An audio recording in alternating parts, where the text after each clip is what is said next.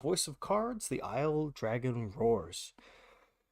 So let me see how quickly I can blaze through the, all the stuff, and then we will get started.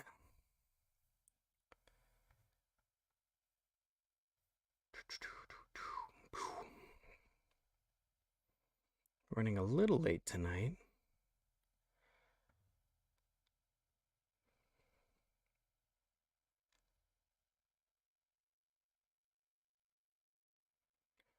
But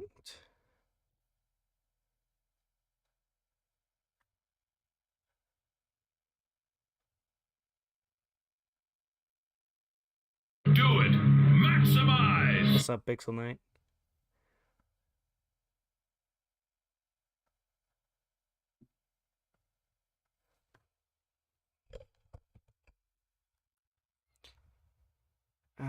Shibidibidoo.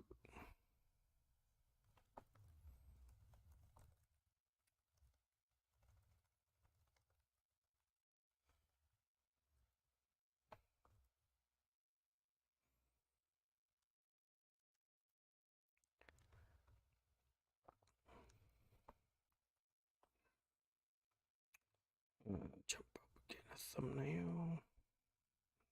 Where are they? Come on now.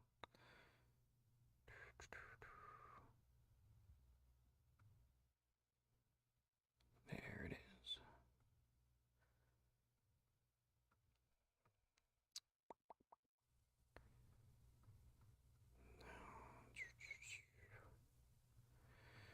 Getting closer, getting closer.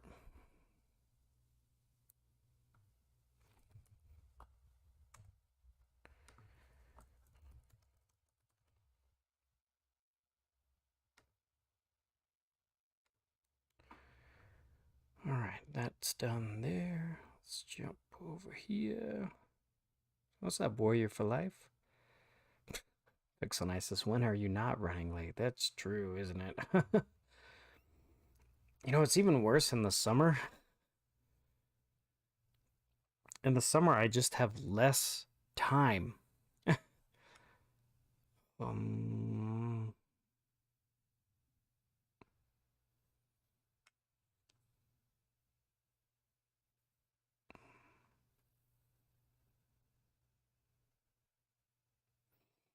Okay.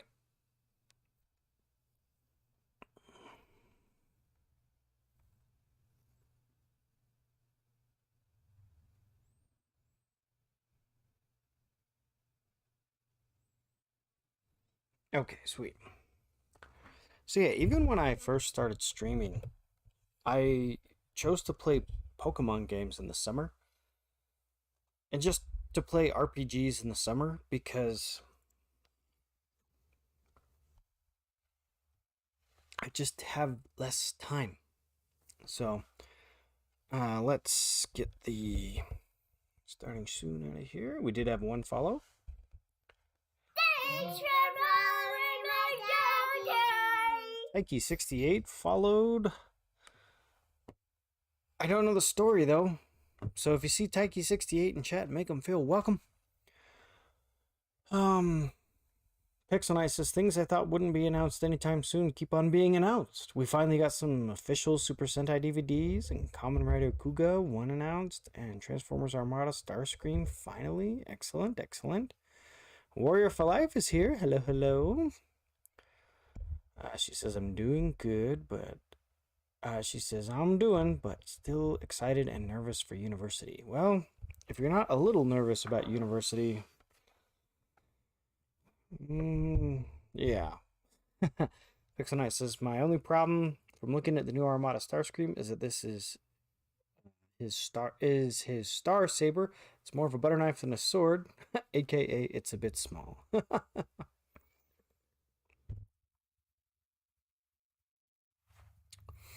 All right. Well, yeah, let's get this. So I got my controller. So for those of you who are not aware, we started a new game last week. I tried out Soundfall over the weekend, and that turned out to be a really cool game. That's what I did for the holiday. I just tried. I think I just played through the tutorial level and one more. I only played through 2 levels, but I like that game a lot. So yeah, that that's Seth approved. But we started Voice of Cards, The Isle Dragon Roars, which is a very chill out um, RPG. We're kind of experimenting with RPG battle systems over here, so we're playing a game with a very traditional turn-based RPG system. Excuse me. So we'll get that game started. Warrior Fly says, I'll give you an update since we had a conversation about it. Oh yeah. Pixel Knight says they stopped doing the Sentai DVDs for a bit, but they finally started again. I don't like it when they do. Yeah. If you're going to have a popular television show, just, release DVDs. Especially a long-running one like Super Sentai. Pixel Knight says, at least it comes with his other sword, which isn't his wing this time, making it a lot less bad if you lose it. Very true, very true.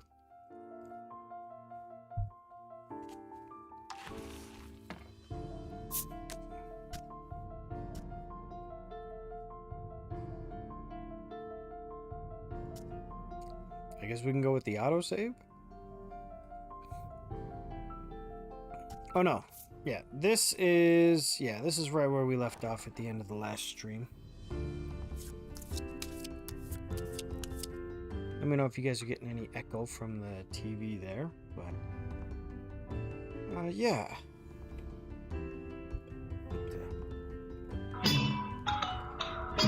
I used to be really concerned with having like the arm for the microphone in the shot, but I realize people don't care. Warrior Fly says, I'm also trying to finish packing. It's hard when Robert has everything up super high. And Pixel Knight says, I think they just had some issues with the deal after Hasbro bought Power Rangers. Oh, are you talking about like Super Sentai DVDs released in the West? Because yeah, I would imagine that would make it tricky with the Hasbro deal. But yeah, just releasing Super Sentai with like with English subtitles or whatever, I would imagine that Hasbro has nothing to do with that. But I could be wrong. The world of companies and stuff and everything. Set out for bewildering woods east of Thryston. Okay, so in this game, we play as a little ragtag crew of adventurers, and our quest right now is to slay a dragon.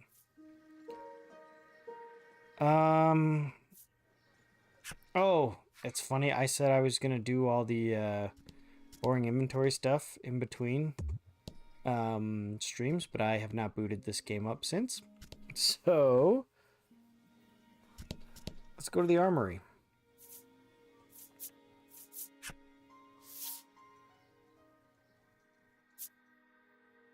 Okay. Okay, so we got 6,000 gold. Okay, good. It does show... Okay, yeah, this is current gear.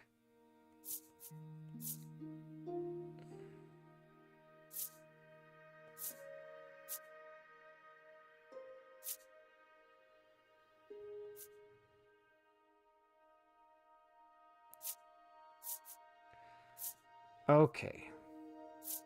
Because, yeah, when we go out to the map, there's no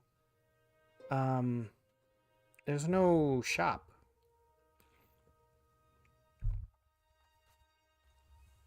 I'm pretty sure there's no shop between us and our destination.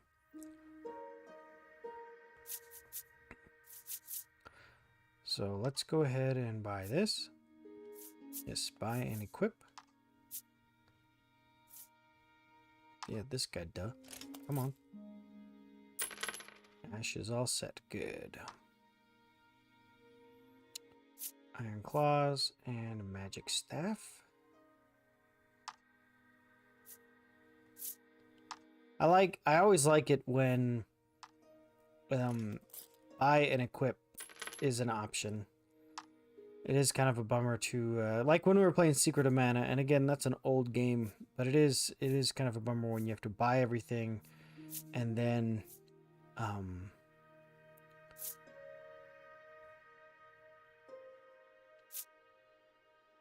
and then separately go in and equip it and then sell all the stuff that you equipped. I understand why they had to do it back then, but I don't like it when games now do it.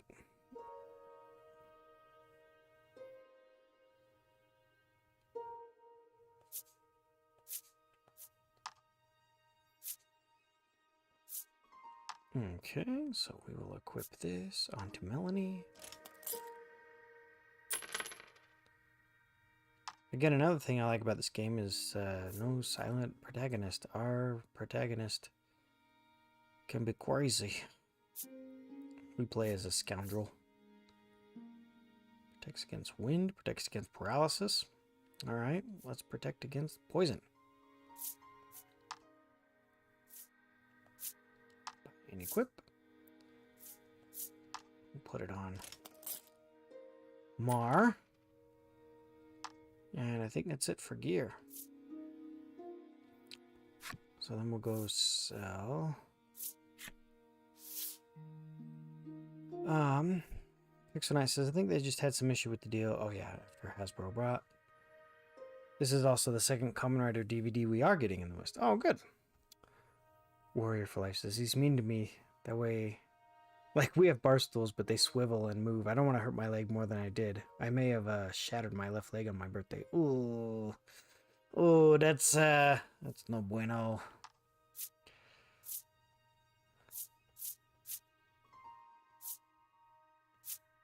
A certain people's garb for shadow cloth? Funny. Alright, you know what? We're not going to sell right now. Never mind. Yeah. Be done. Alright, what do we do in the game parlor? The game parlor. Come play cards, the boy at reception calls. Imagine that. Playing cards in this game based around cards.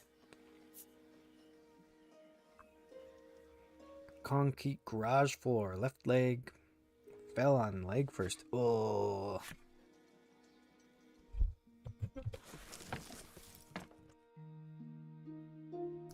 I hope that heals up as good as it can. Alright, now I played this game in the demo, but it's been a long time, so I don't remember it. The goal is to use your cards to get more points than the other players. You get points by arranging your cards into sets of matching cards or consecutive straights. Alright, so set or a run.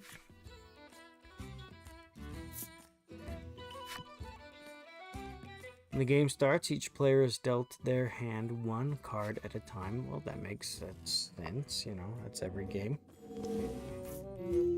Ash's turn.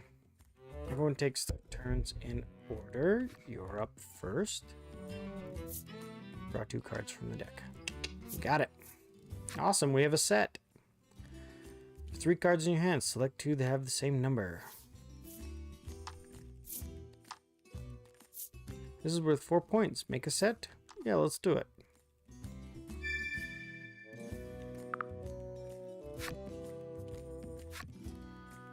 When you make a set, you earn points equal to the sum of the numbers on the cards. From any cards left over, you can choose one to remain in your hand. This is the end of your turn. Now I'll act for the other player.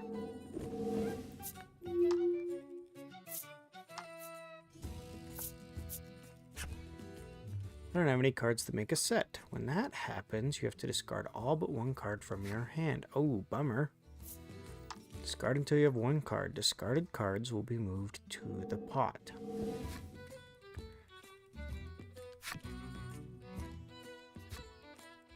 This is your player card. This is where you see how many points you have. The sets you've made up are here. You can have 3 sets at one time. Okay. You see what card you have left in your hand here. And this is all public information. I can see what the other guy has in his hand. The pot is at the top. Any player using... Oh, excuse me. Can use these cards in making a set. The cards remaining in the deck is shown in the upper left. When this reaches 0, the game is over. And that's the play screen. Let's return to our game. So we'll draw 2. We'll make a set using the aces. Try making a set of cards in the pot. And from what's in here, you can make a set of up to 3 cards of the same number. You have 3 aces. So we will select this one, and this one.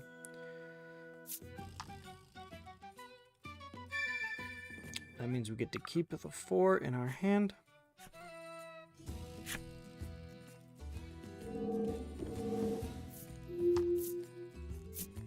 Draw 2 cards. Is he going to stick the 4 in the pot? No, he'll make a set. Okay. Warrior for Life says, yep, lots of physical therapy exercises. I would imagine so. I would imagine. By the way, you can also make sets from cards with consecutive numbers on them. The common term for this in a card game is called a run. But you can only make 1 set per turn. You can make a 2-card set with the 3s or a 3-card run with the 2, 3, and 4. Make whichever you prefer. 2, 3, 4. Let's see what happens when you don't have any cards left in your... Remember what I told you about sets? You can... Yeah.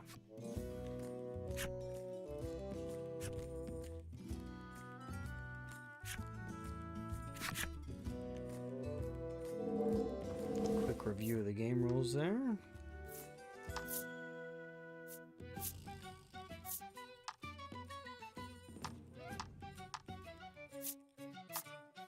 Oh, it wouldn't let him use the ace in it either?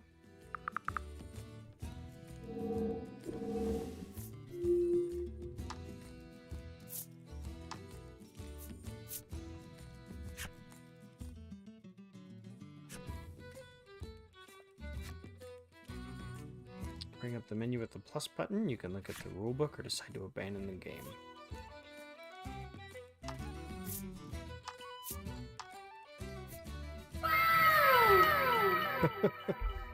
Yeah. Hang on. Let's get rid of this one. Oh, gee, I wonder.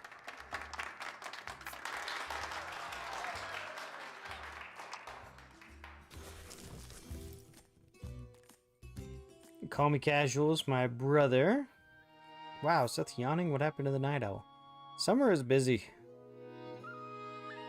Let's see. Pixel Knight says, I never minded the silent protagonist. It allows you to give them your own personality. For example, a lot of the time playing Pokemon, I kind of imagine my player being a bit snarky.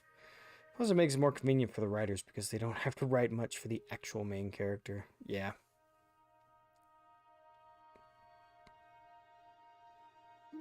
Oh.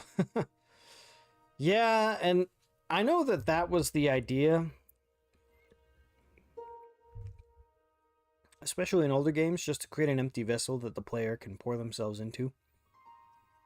And I was finding it when I was younger, but I don't care for it anymore. I like playing a character story instead of my story.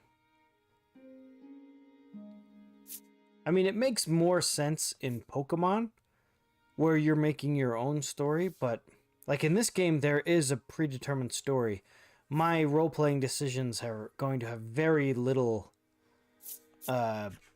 outcome on the effect of the story.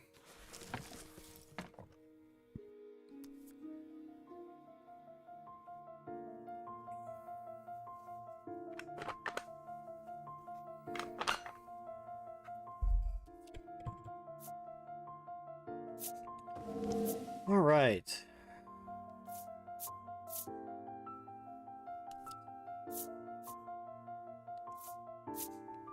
All right, let's see what you got. I really like this music track. Just my chair.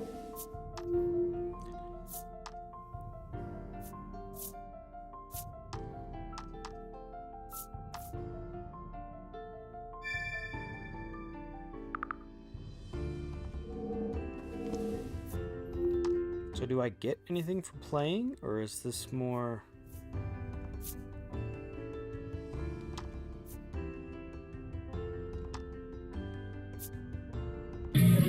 choices are yours, and yours alone. Good luck. Wait.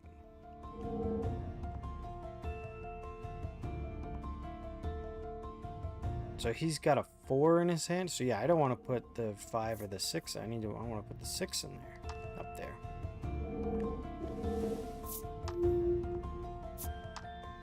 Don't get a 5. Okay.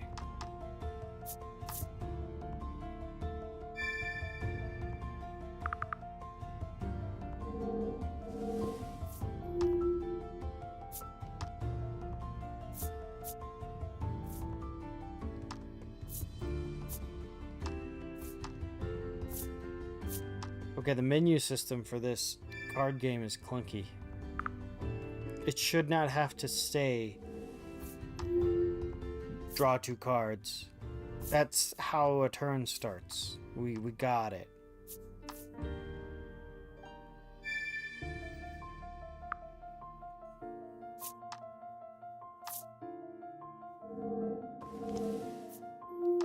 Alright, let's see.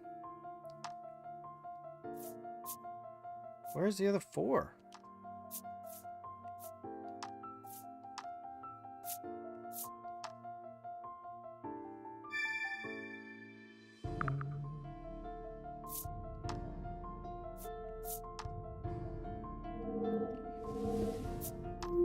Pixel Knight says, well, you could derail the campaign by raising an army of zombie chickens or something like actual D&D. Yeah.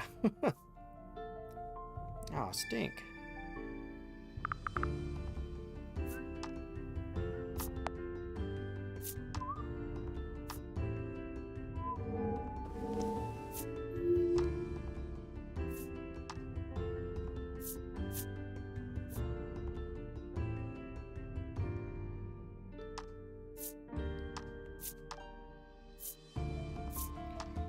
Okay. Casual says, yeah, but there are now plenty of games with each choice you may get a different ending. This is true.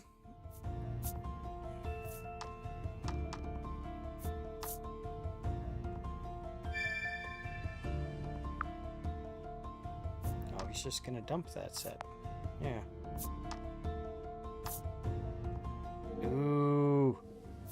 Oh, he just handed us the game with that discard. We can make 6, 7, 8.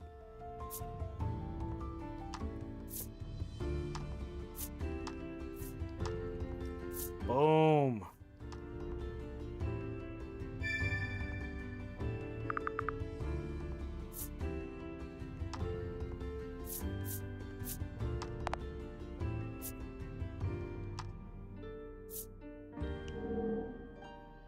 So he's got a 2 in his hand. But actually, giving him a set of 2s is actually going to not give him any more points.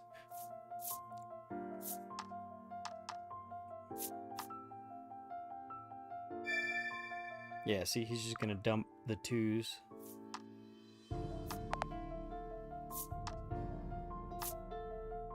Ooh, he's leaving the 8 up there again.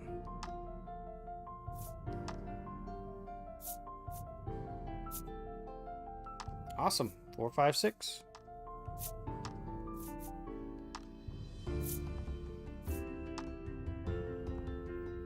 We'll dump those 3s.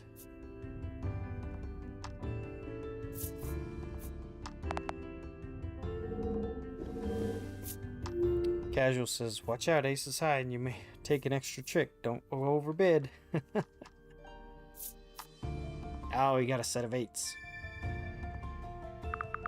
Pixel Knight says, if I ever make some kind of RPG, I'm definitely having a class system similar to Final Fantasy III, but more streamlined. Alright.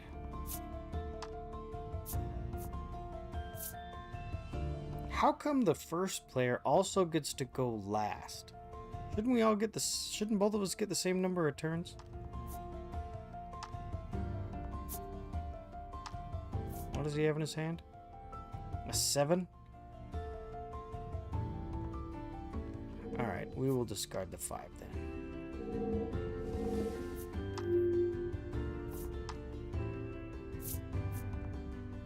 Oh.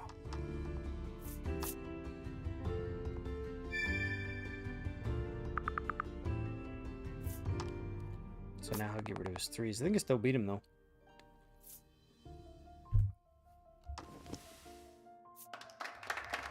Yeah. Alright, let's play a harder version of this game. You know, this is the easy version. Good job. The boy praises you, proffering a gift in commemoration of your first win. Gregarious child. Oh. Do you only get... Oh, there's skill effects.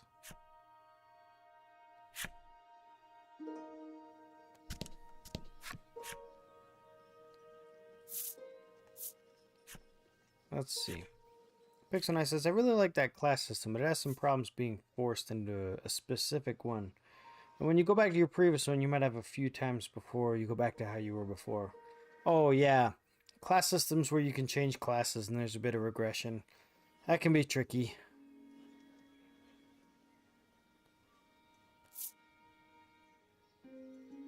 No. Let's try to figure out the rules as we go.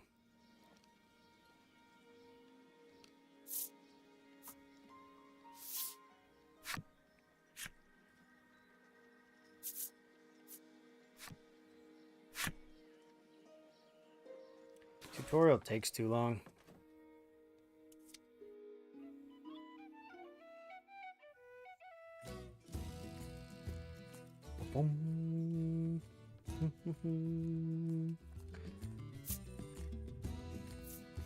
Oh. So there's 3 of us now. Average man. Average man will go first. The game begins.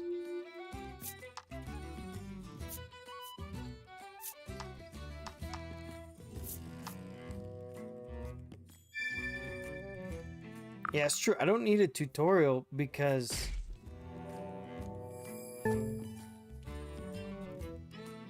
it lists everything that's going to happen on the cards. Draw 2 cards. Roll upon your next action and gain a card and gain 1 card on a 2 or higher. Oh, you don't.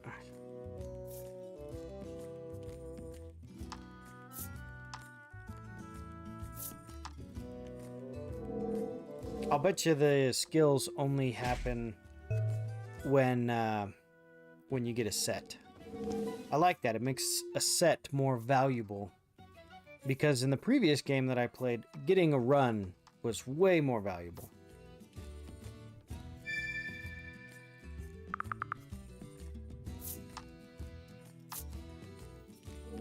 Ah, see, it also makes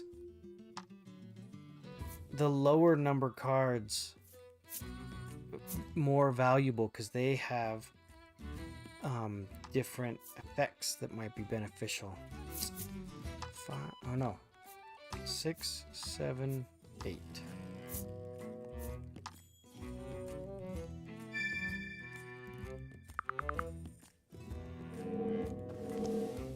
Yeah, see? No, yeah, these rules make it better for sure.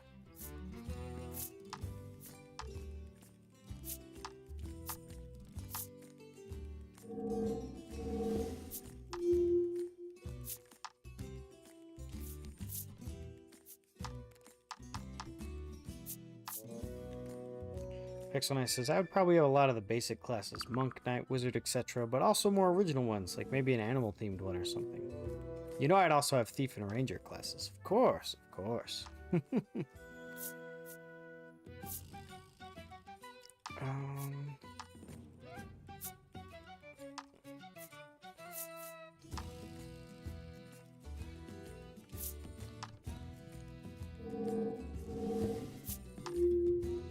I like it when you have 3 players. This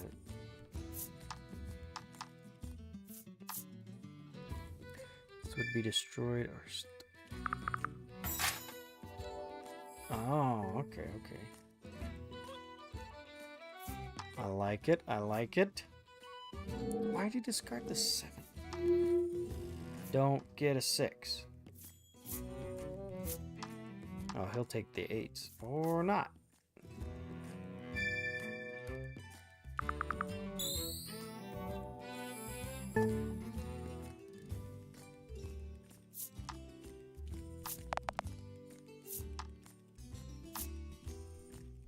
Oh, well, I can make a set of 8s right there. Give me another 8.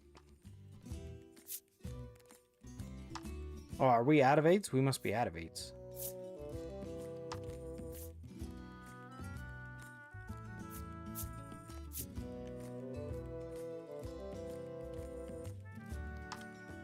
Oh, yeah, I'm gonna make a...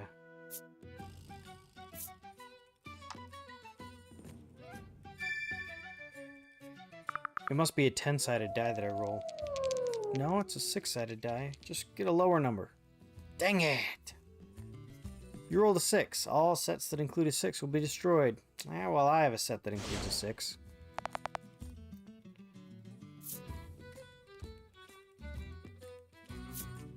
Oh, really?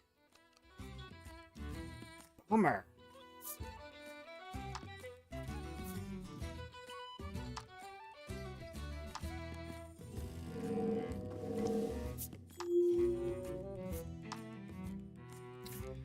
Well, I hope everyone had a good holiday. I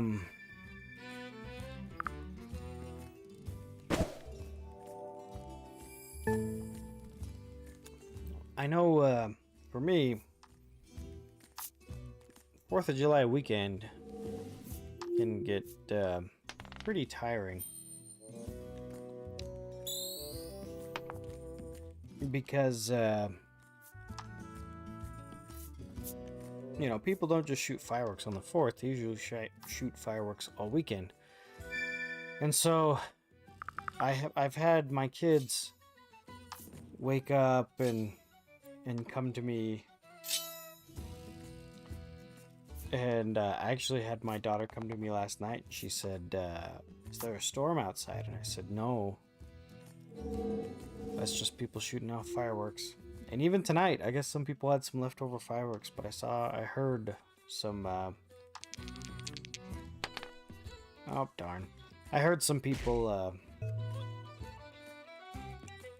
shooting off fireworks tonight.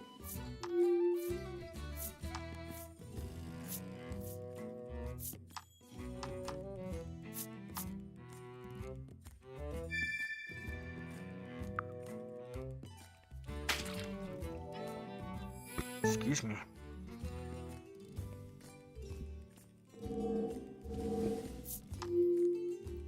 Cards drawn by all opponents are reduced to 1. So are all cards going to be aces?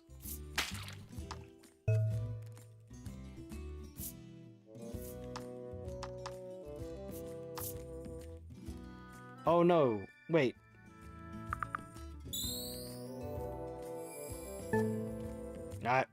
I don't know what just happened. Did it make it so they could only draw 1?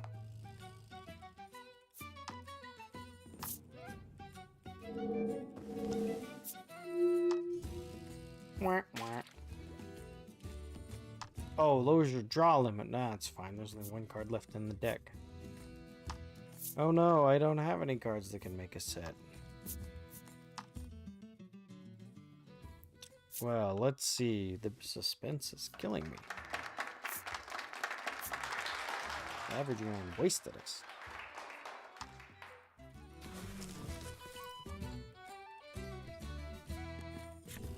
Don't let it get you down. Come play again, says the boy, waving.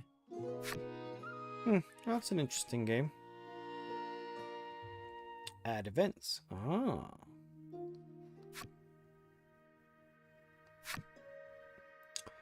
Okay, Pixel Knight says, let's see, we didn't celebrate much this year. My dad went to the hospital because of a rattlesnake bite, and the fireworks I had all night gave me a headache.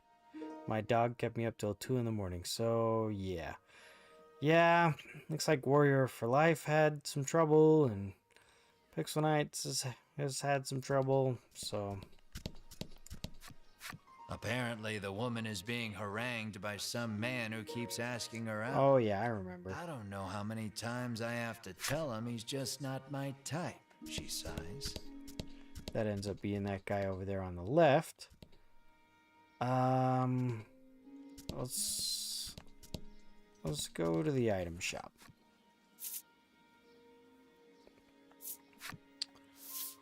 We will buy.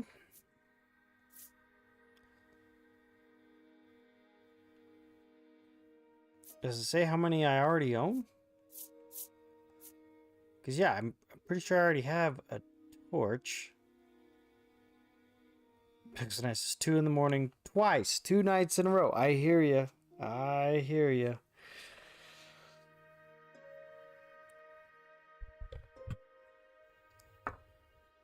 Yeah, if anything, the reason why I'm probably a little less chatty tonight is because, I'm still recovering myself.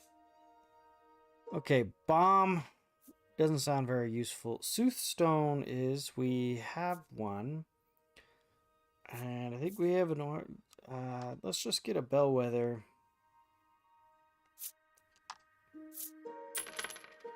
And we'll call that good.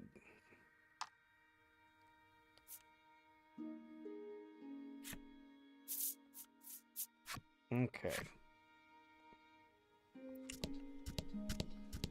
And then let's go up to the apothecary. What do we have here? Yeah, see, I need to know how many of these I already have.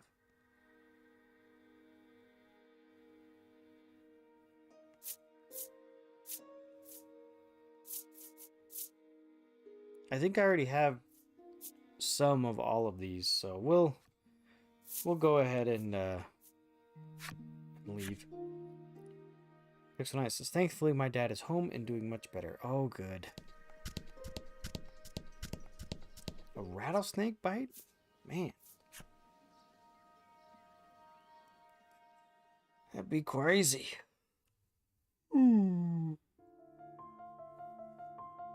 Okay.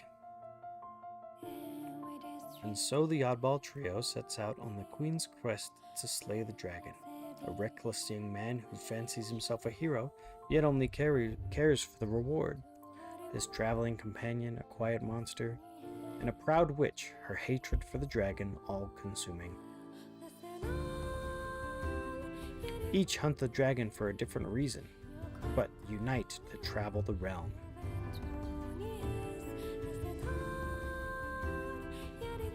Hampered every step by the way of those horrid Ivory Order disciples.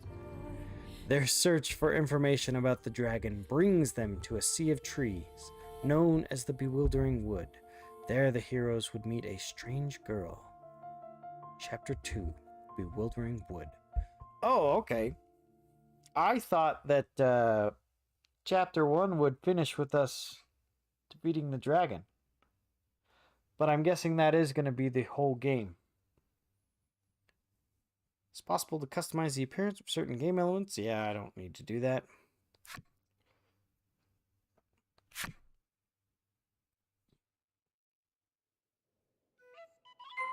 Pixel Knight says, now I want to replay Final Fantasy III on the DS. Might bring it out while watching. Okay, we explored everything on the map. Oh, an enemy appears. So we can head right to the forest.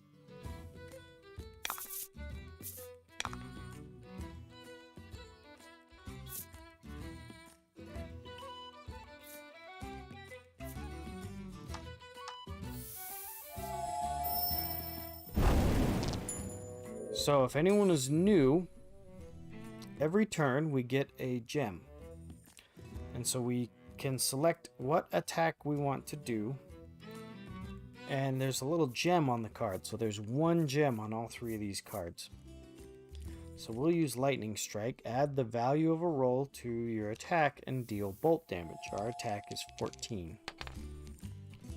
So we add 3 to that and deal damage. And that's good enough to take them out.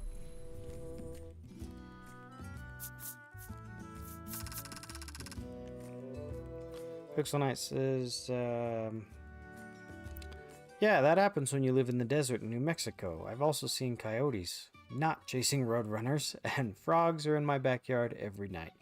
Somehow a frog got into the house the other day and I had to get it outside so my brother would stop freaking out. Oh, alright.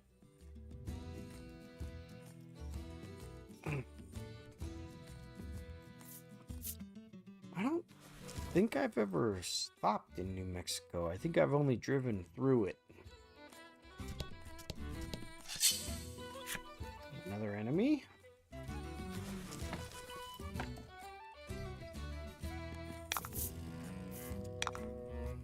Ah, no problem.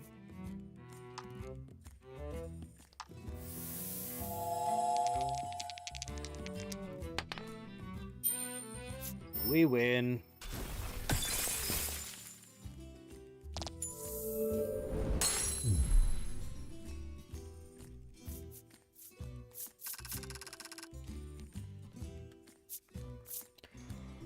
Oh. So I'm going boating with my in-laws.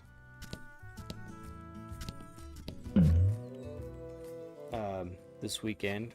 So I'm actually only working tomorrow. Up speed. A tornado is forming. Oh no, a tornado! Roll a 4 or higher to avoid the danger. 3. Ooh, what's gonna happen? You stand there gaping for 1 second too long. The tornado flings you up like a rag doll, and you hit the ground hard. Ouch. And you hit the ground hard. Ouch.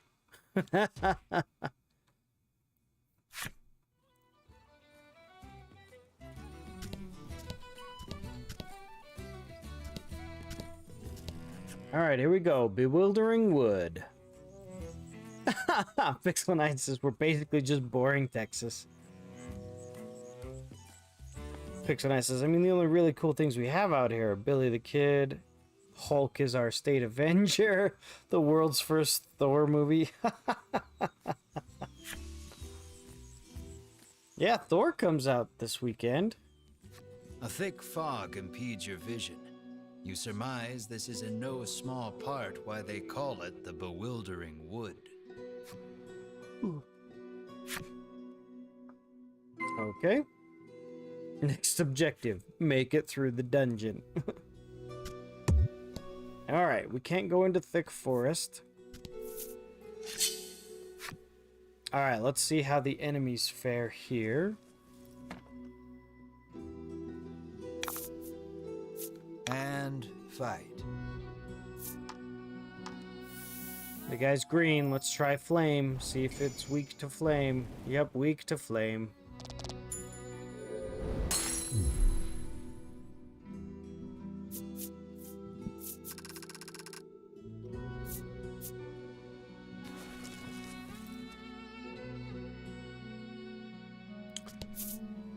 Oh, there's a guy here. Many a brave soul has set foot in this wood, only to be swallowed up and never seen nor heard from again, the traveler intones gravely. They also tell of a certain tool one needs to get through this place. Really? So... do we have this tool?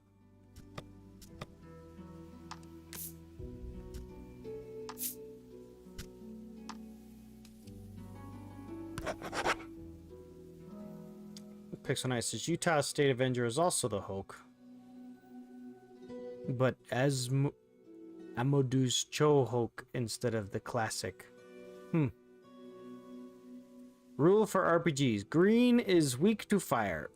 Honestly, that's exactly what I thought. So it all checks out. So are we going to need to run into that girl in order to get the item? I don't think we have. I don't think we were supposed to collect the item before we got here.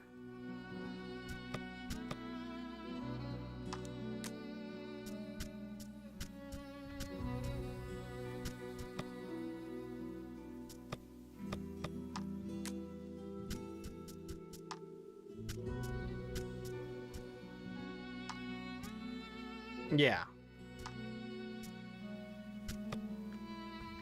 Stop that. Key items.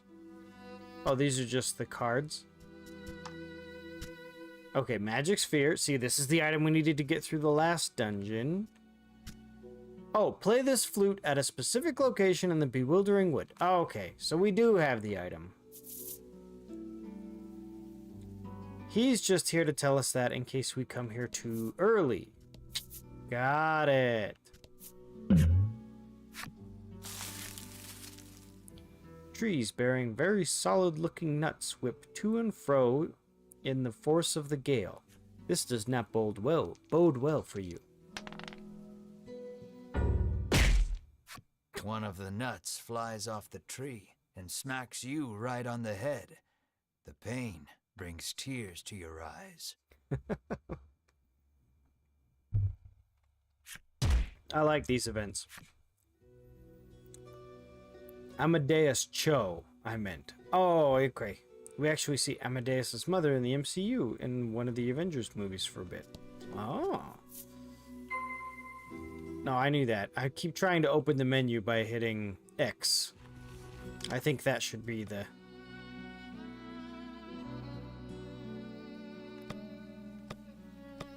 abilities. Come on, let's get nuts. That's right.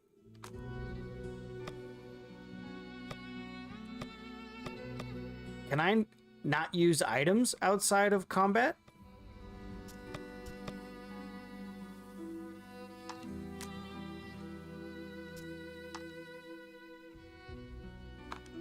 Yeah.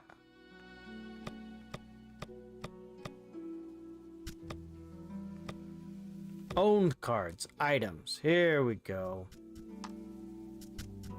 Oh, yeah. Yeah, we got plenty of these.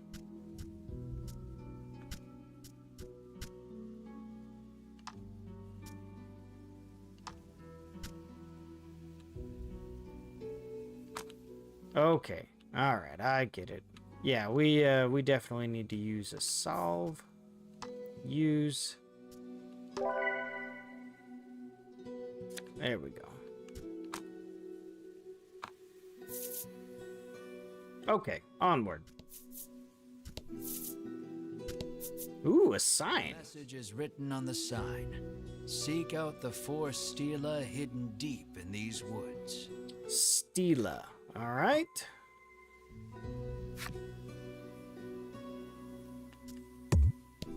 Oh.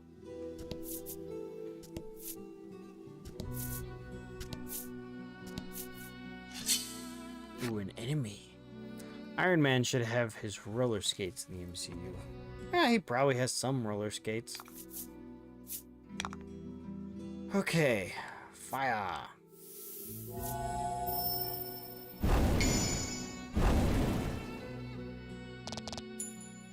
We keep getting critical hits on the Excellent. green guy.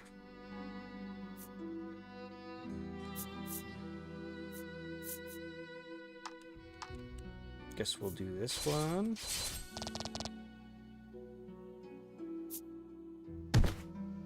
Yeah, bonk.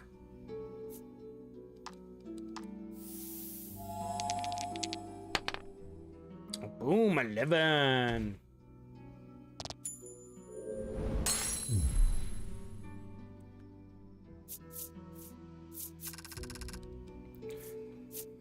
Excellent. Excellent.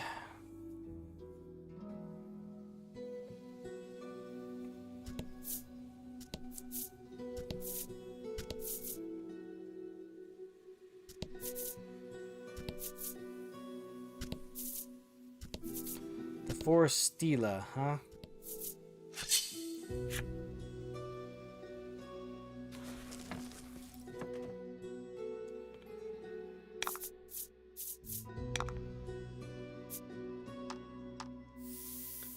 Knight says, before Iron Man flew in the comics, he used roller skates as a major part of his arsenal. He also sold these to the military, which is just hilarious to imagine. I agree. Ooh, a 1.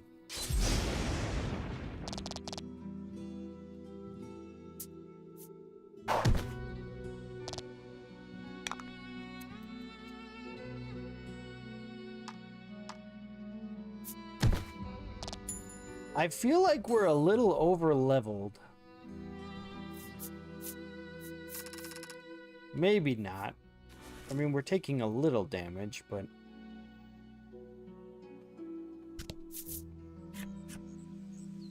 Is it a Stila? Protectorant. Okay.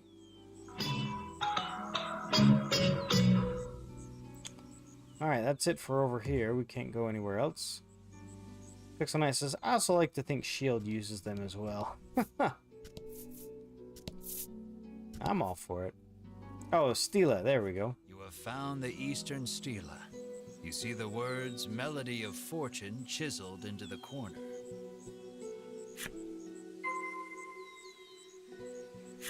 Okay. It doesn't say I need to remember anything. And the other context clues that were given to us on the overworld, once we were in the correct area, it just triggered. So I don't think I need to memorize what that said or anything.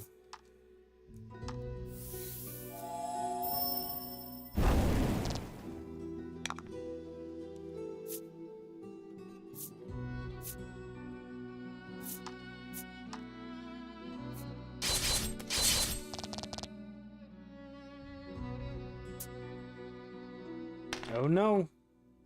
Okay, good. We dodged. Let's do a roundhouse, which will deal wave effect damage. Then we'll cast fire on that last one, and we will win.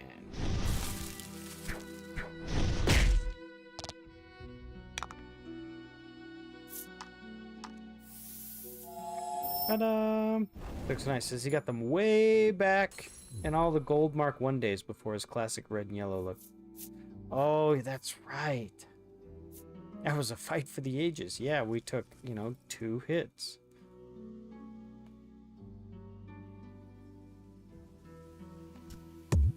Oh, my bad. My bad. So we did the Eastern Stele. So is there a Western one that I missed? I guess I could go no. Oh, I'll bet that's the center. Don't hold back. You got a game master.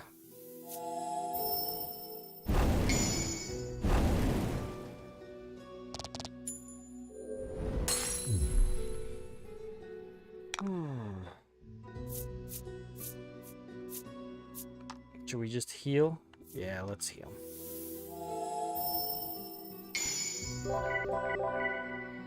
Ooh, critical heal.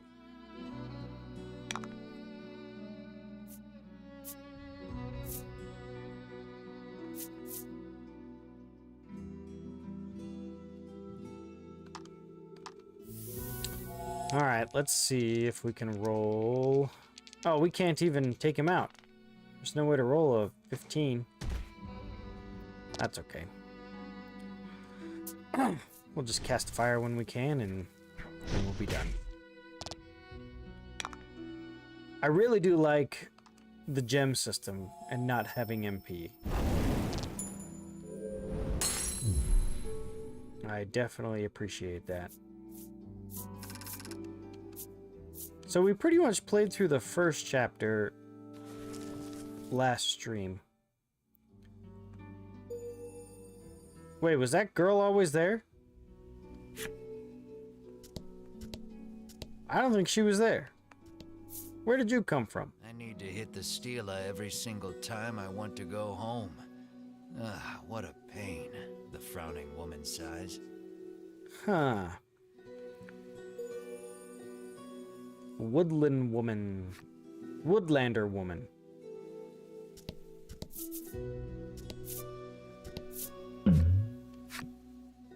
You hear a beautiful melody flowing from the forest depths.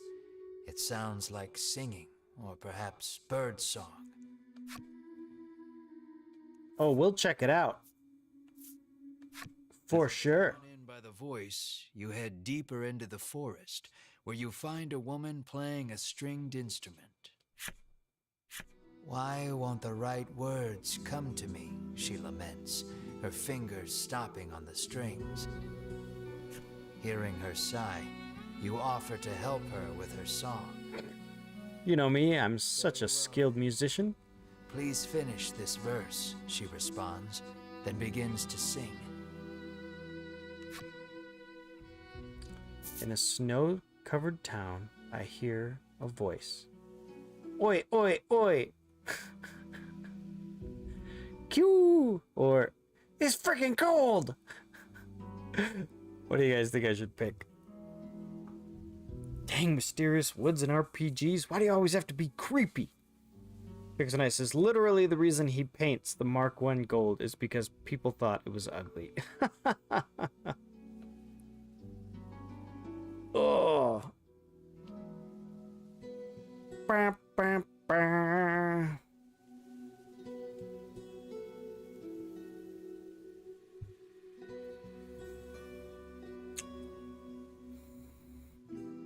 Oh.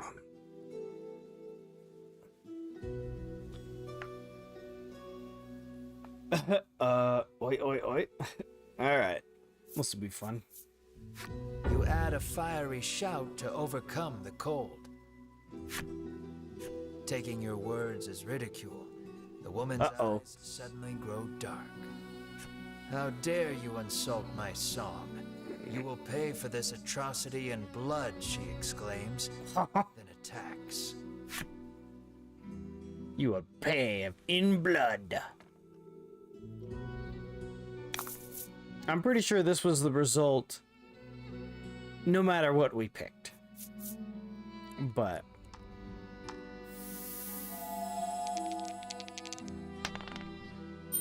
yay, 60% chance to freeze.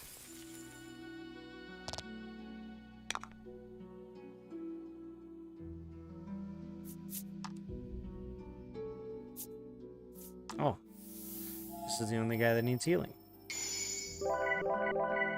Boom, back to full health. That was lucky. Yeah, well, I didn't need to be lucky, so whatever. We'll do body slam, see if we can roll a 5. We got a 6, so we win the encounter.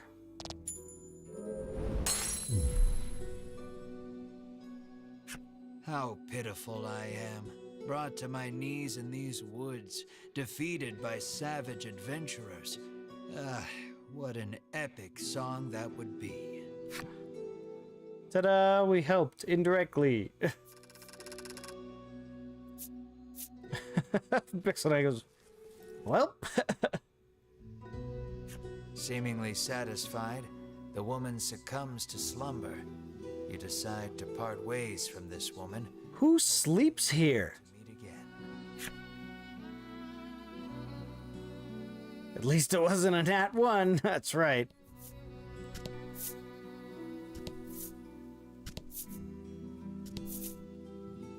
Aha, the Northern Stela. The Northern Stela. It doesn't look particularly special. You resolve to touch it anyhow. All right.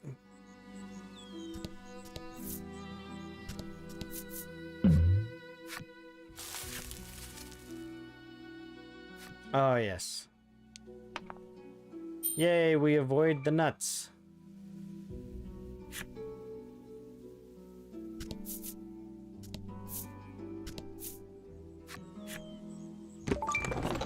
There must be a chest next to each Stela if you explore around a little bit.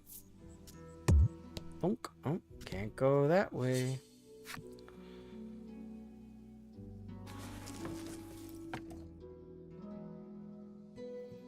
It may look pretty bad, but at least the rent is cheap. Yeah, I guess.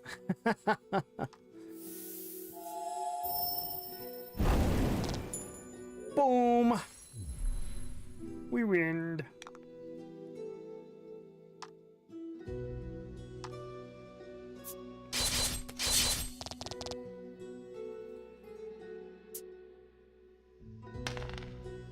Oh, good. The GM is great at rolling natural ones.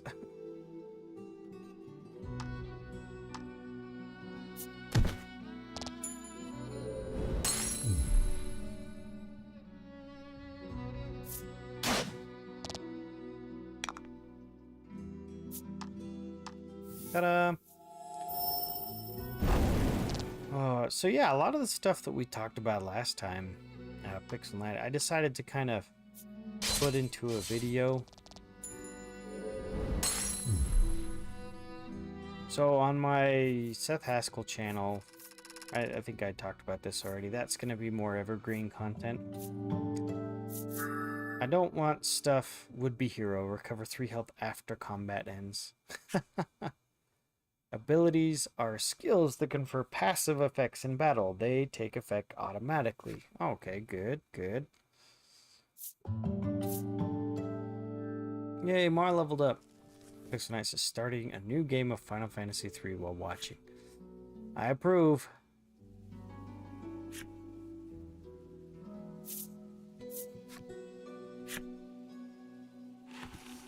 Ooh.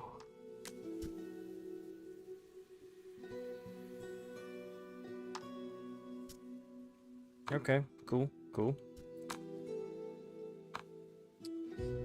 So yeah, I don't want things like update videos on there on my main channel.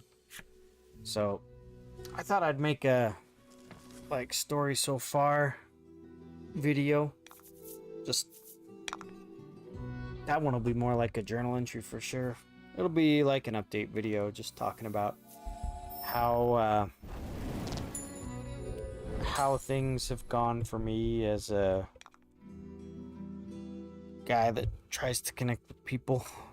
Not a content creator, because not a content creator, but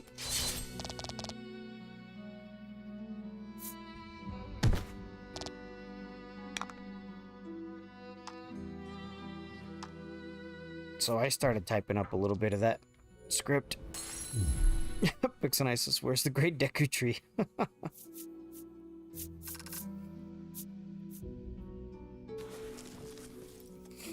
Yeah, I feel like we are a little overpowered right now, but oh. Okay. Enemy appears.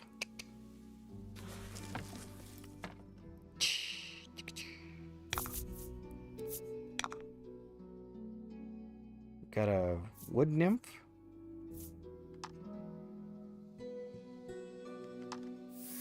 Well, let's go for freeze. Oh, we got it again.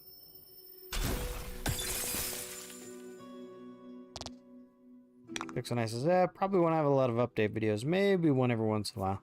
See, I think that's, you know, plan everyone has. It's just you don't schedule your update videos. You just do them as needed. 14, 21. Yep.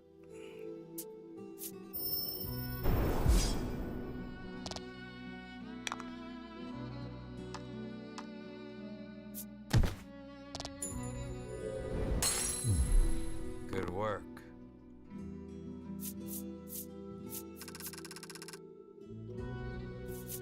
Boom, bada boom.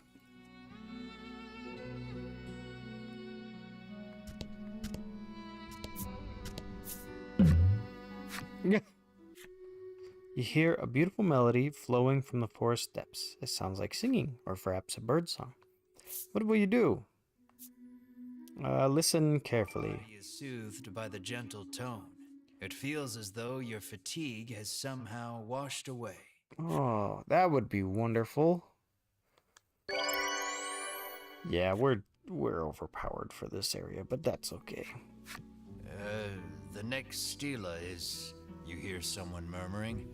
It sounds like a man, but you can't really be sure in these woods. You fulfilled the necessary requirements and unlock Woodlander Man's flipside story. Alright. Yeah, there should be 2 more down here. One to the left, that'll be the western Stela. And then one to the right, and that'll be the southern Stela.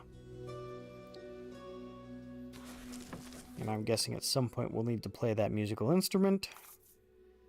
And fight. And end fight.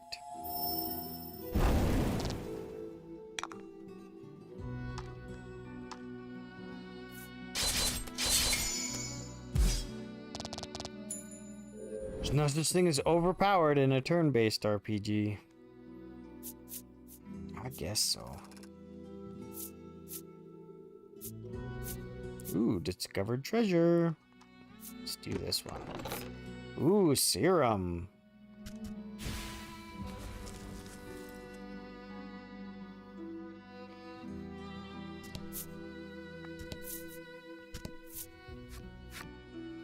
Treasure chest found. Quality salve. Salve.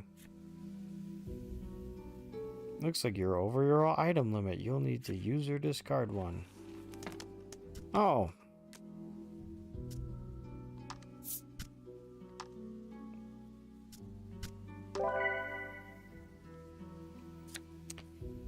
Okay. Well, can I preemptively discard some? Because I don't think I need this many antidotes. Oh, whoops. What happens if you inspect it? Oh, you just look at the card. There's a cap on your inventory? Come on. Yeah, I definitely do not need this many antidotes. Especially since I have a spell that will do the same thing.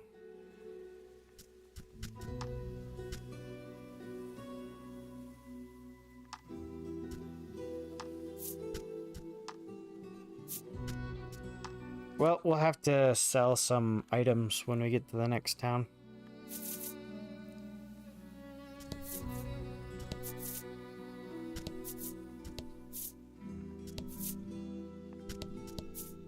You have found the southern stela. You smack it and hear a sound off to the west. You'd best head that way next. I do like the design of these dungeons.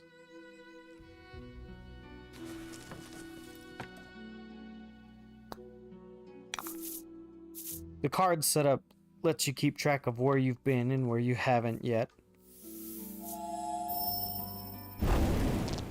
It very much has the design of, you know, someone who doesn't want to have their time wasted like myself.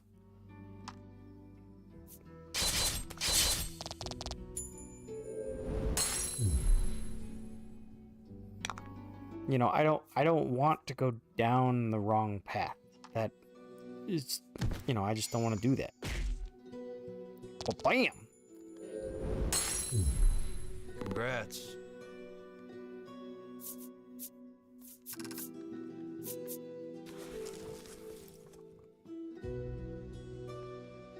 Okay. So now we're off to the west. Back through the crossroad.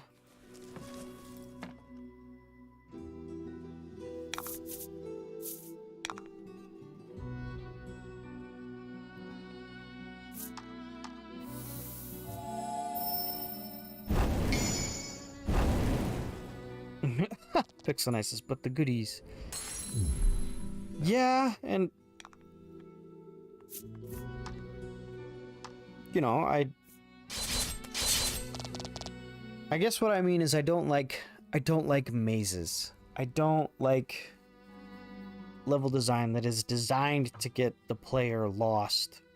And with the card system really stepping up and saying, okay, you know, I will keep track of where you've been and where you need to go and all that other good stuff.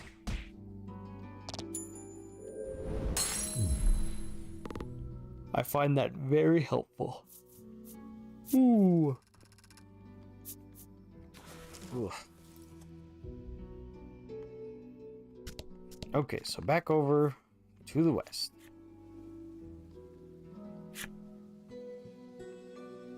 Oh, there's a new chest.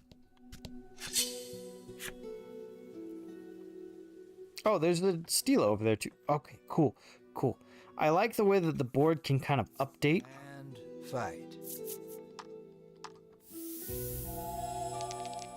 Yeah, it's definitely fun when the board kind of updates as you go.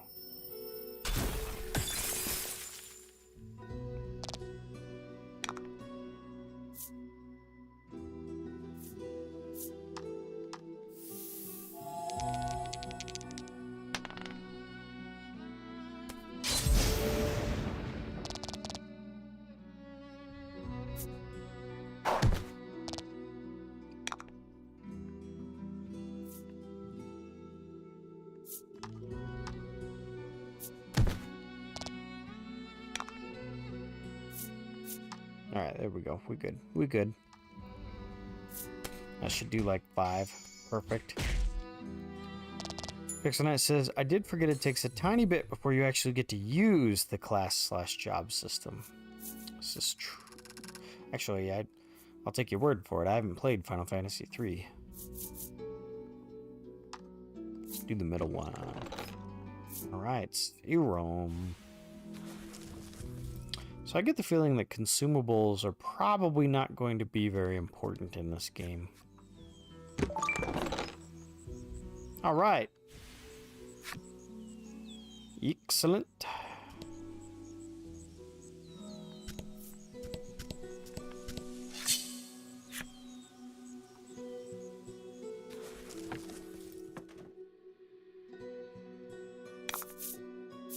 And fight. I like the way that the dungeons are laid out so that they're small but require, you know, backtracking and traversal. I can get behind that for sure.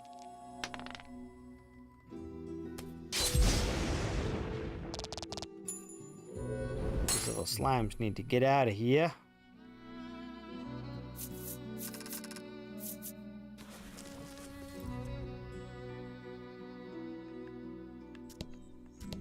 You have found the Western Stela, which you swear up and down was not here when you came in.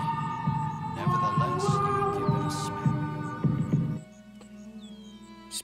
Pixel Knight says specifically in the DS remake, in the original you just have to beat the first boss, but in the remake it gives some more story to the characters and you have to gather a party. You found all 4 of the Stela in the bewildering wood. On a perhaps related note, you hear a sound emanating from the east. Yeah, so I went all the way across and then I had to go so it made me traverse the whole dungeon, and then I had to backtrack, and now I'm back at the beginning, and now it's going to make me traverse the whole thing again.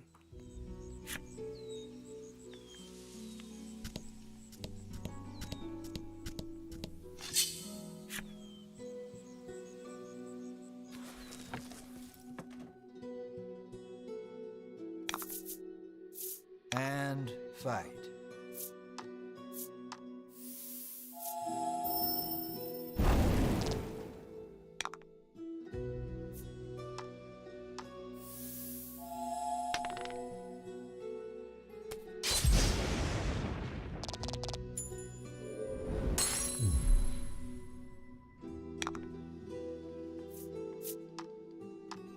There we go.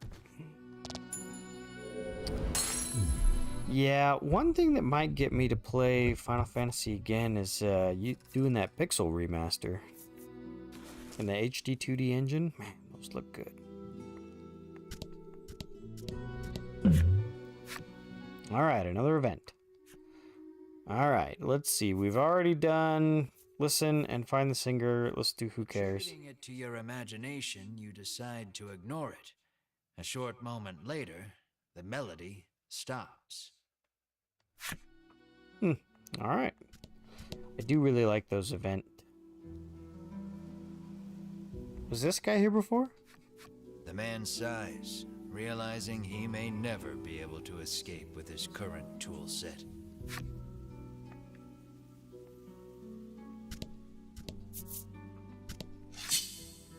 I don't think this woman was here before either.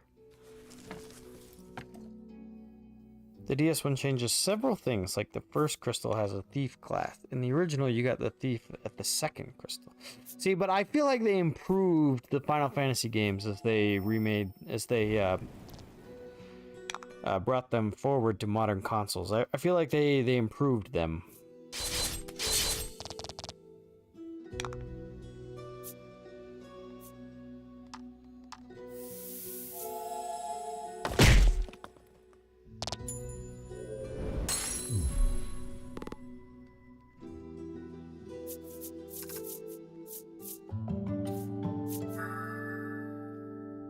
Ooh.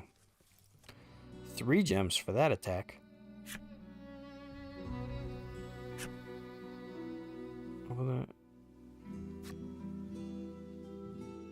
Wait, do I have skills? Did Melody just learn a skill? Oh. I understand.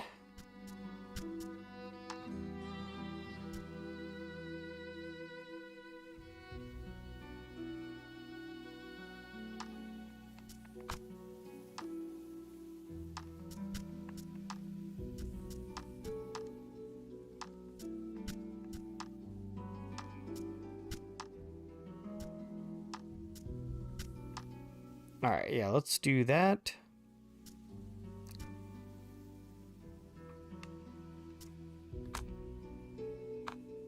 Alright, so skills are moves, abilities are passive. The woman appears to be lost. How do I get out of here? She asks with furrowed brows. I do like that as you pass through, more and more people get lost. You find more and more lost people.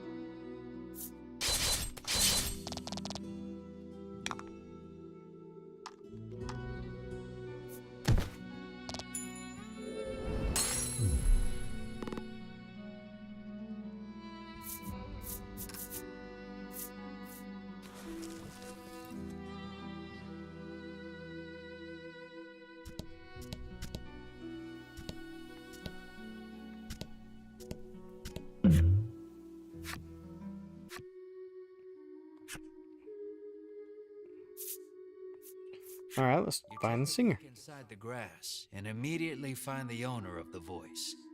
It's a harpy. It seems like the harpy hasn't yet noticed you. You pick up a rock and throw it at the monster's feet. Well, that seems dumb. The monster flaps its wings and flies away. You find some coins scattered about where it stood. Money. We do like money. That's a lot of coins. You've already investigated this stela. The words Melody of Fortune are rather conspicuously chiseled into the corner. Well, it said go to the eastern... Explore the eastern edge of the bewildering wood. Yeah.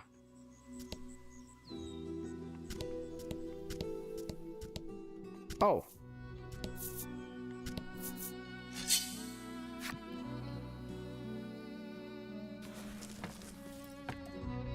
This must be the way out.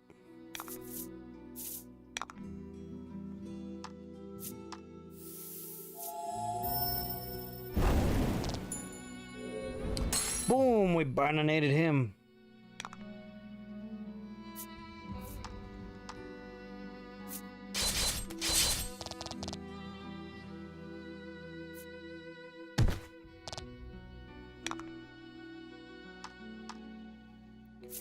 Ugh.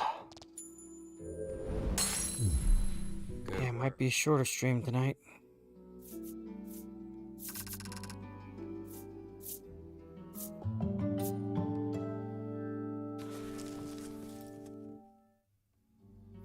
Alright, let's see what this stela has. You examine the stela. The message carved into the stela reads, "Play in tune with the forest." You hold the woodland flute you received from the good doctor in Thriston. Doot doot doot doodly doot doot doot doo. You blow a handful of pleasant enough notes into the woodland flute. Doot doot doot doodly doot doot doot doo. You soon become aware of accompanying percussion, which reveals itself to be a series of impeccably timed footfalls racing toward you. Oh, the girl. Woman appears before you. That was absolutely dreadful, she whinges, her jaunty gait betraying her enjoyment. She calls herself Riddis and declares herself a woodlander, resident of the bewildering wood. Aha. By sheer coincidence, the flute on which you played those notes was one designed to call the woodland people to your side. Stunned by your good fortune, you ask Riddis to lead you eastward out of the forest. What luck! She agrees far more readily than you ever anticipated. But, she continues, extending her hand, you'll have to hand over the woodland flute first.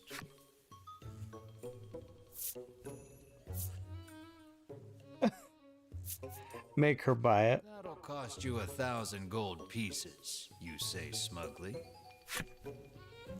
Ugh, it's always about money with you travelers, she snorts derisively. Her face contorts in disgust. She reaches into her cloak.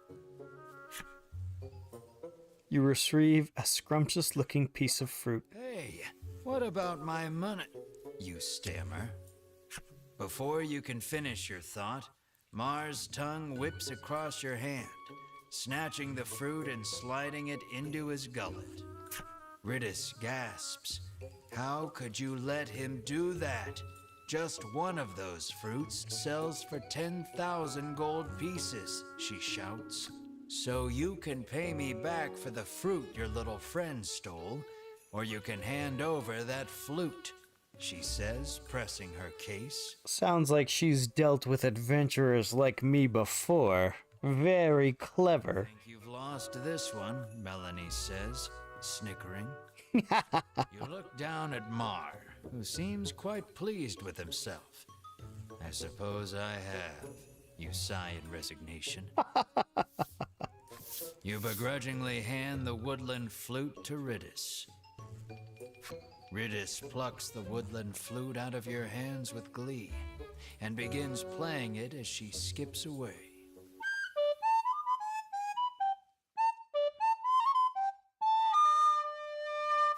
Well, playing is a generous term. It sounds as though she may as well be murdering the poor thing.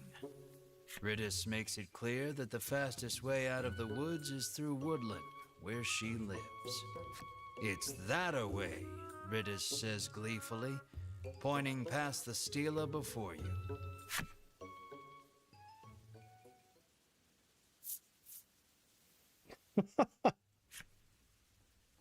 Impossibly, a path to woodland has been hiding behind the stela the whole time. So the question is there a boss in any of these hidden cards?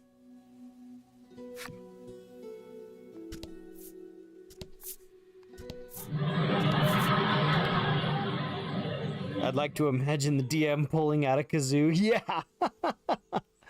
Pixel Knight says, I do like the personalities given to the characters in the DS1. You've got our cool but kind-hearted first dude, the wimpy but smart dude, the spunky, only word I could think of to describe you, girl, and the stoic blonde knight dude. Alright, let's go to Woodland. Welcome to Woodland, Riddis says, gesturing out over the village. Now, if you'll excuse me, I'm quite busy for the rest of the day, so you'll have to wait till tomorrow to leave the forest, she says, and makes her way home. Okay. Retire to the Woodland Inn once you have thoroughly explored Woodland. And I think it uses the word thoroughly to mean that once we rest, we will be leaving. Welcome to the Forest Oasis, the man greets you warmly. Okay.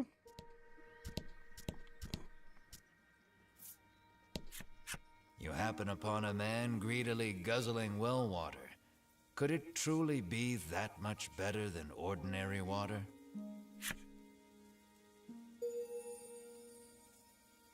Okay.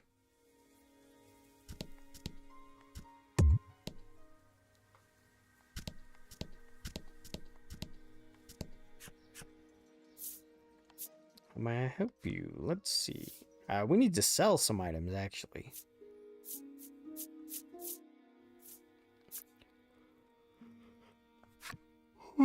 Excuse me.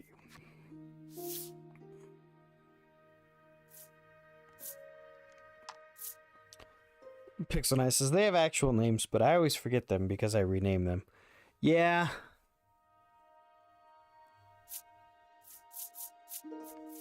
And recently, whenever I play like an RPG, I always stick to the default names.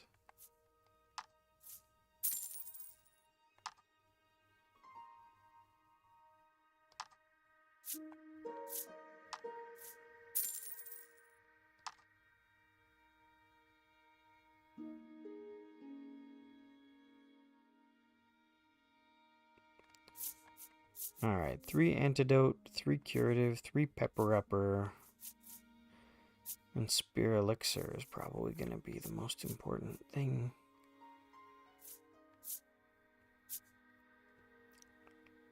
Can cure target of element resistance down, cure target of attack and defense down.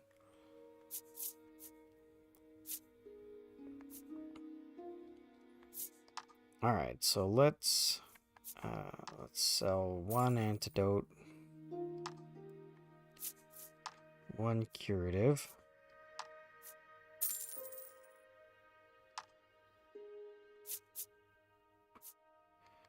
and 1 pepapa.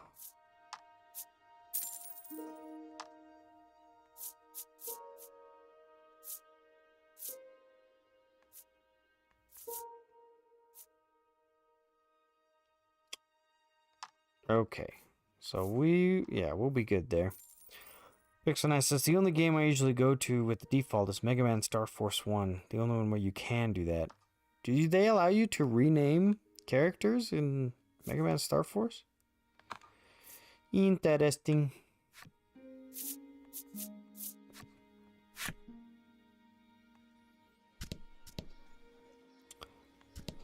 Let's see. I like that just having a game parlor gives you a difference in kind when it comes to playing games.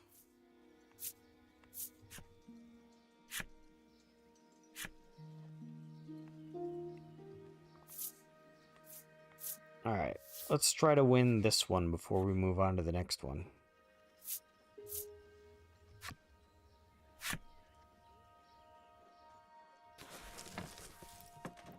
Only in the first game and only with the main character. Okay. That makes more sense. Because, yeah, I remember if you played Golden Sun, you could name the main character.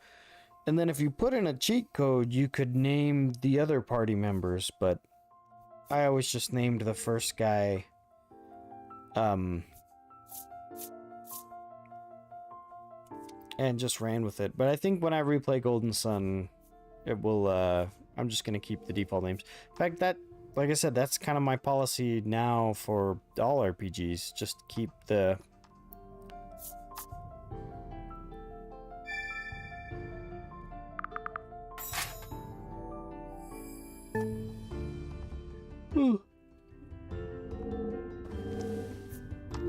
Woodlander Man. I really like that,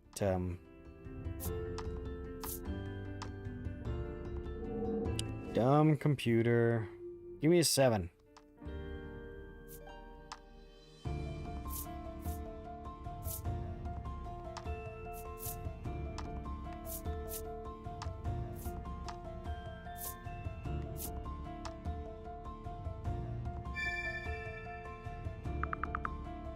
We'll use the code and rename them all Larry.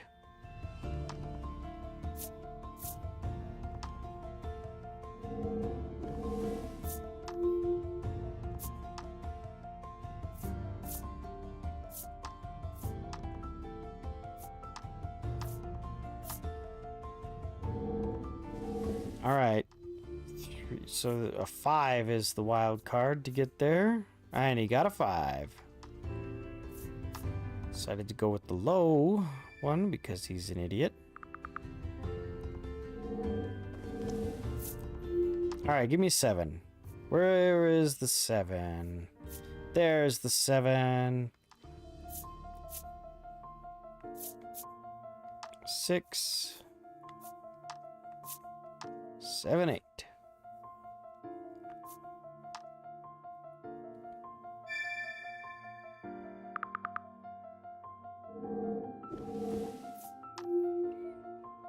How many sets of each card are in the deck? Are there only 3 8s?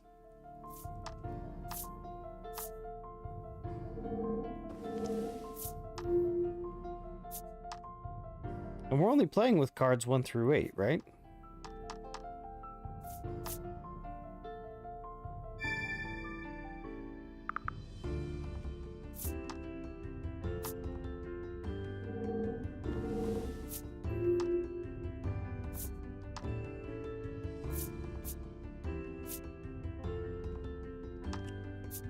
No, there must be 4 8s. Alright, this skill really bit us in the butt last time. And our sets are even more widely spread, so let's expect to have something be destroyed. Yep, we got a 6. That destroys both of our previous sets.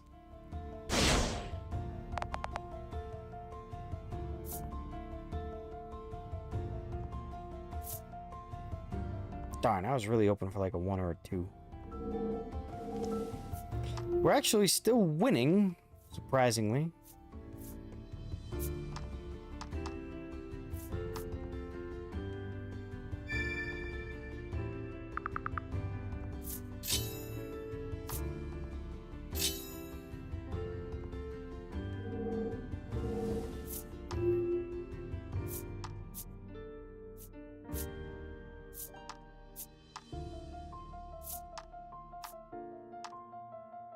Ace in the 4, good picks, good picks. Okay, we can make a set with the 4s.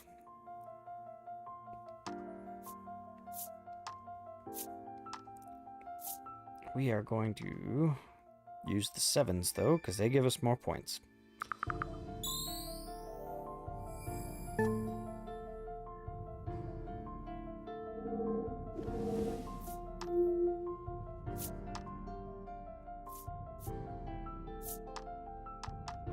Oh, yep.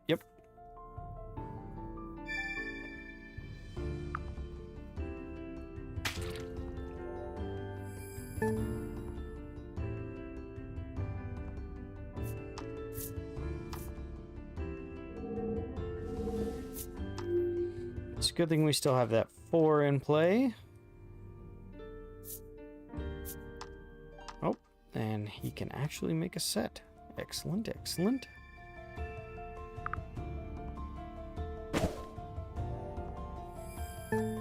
Jeez. It's a good thing we're ahead. We're not gonna get very... Alright, good. Alright. Oh, wah wah.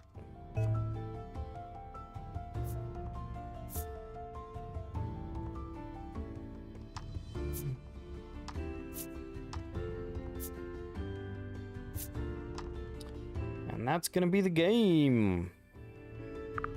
We win. Doesn't matter who we make rest, because the game is over.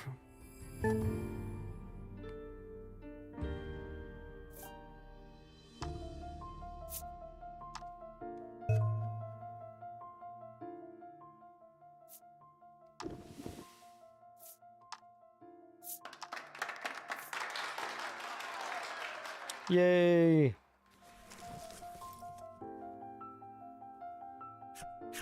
Not bad. The boy praises you, proffering a gift in commemoration of your win.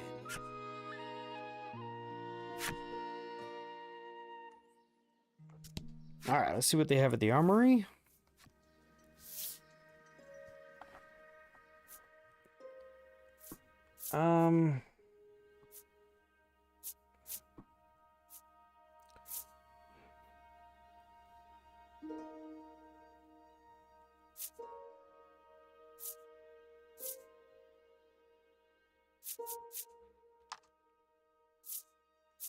Buy and equip.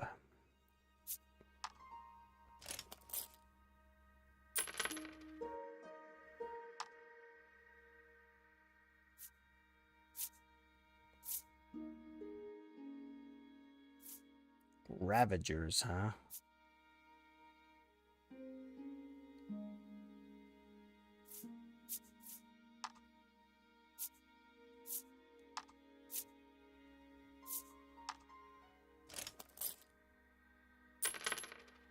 Excellent, excellent.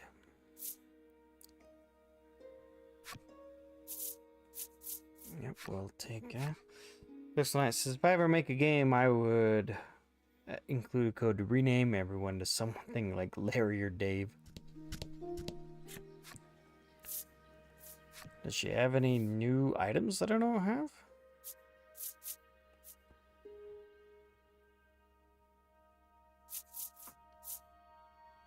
I think there was one Destructo box, but that's okay. Right now, our guys do plenty of damage on their own. This shortcut is reserved for use by woodland citizens only, the guard barks, clearly unwilling to let you pass. He's not a woodland citizen. I guess he could be a citizen. He's just not a woodland man. He's an average man. Apparently she's heard rumors of the dragon destroying another town somewhere. Our village would burn down so easily, she mutters, perhaps a bit more afraid of the symptom than the cause.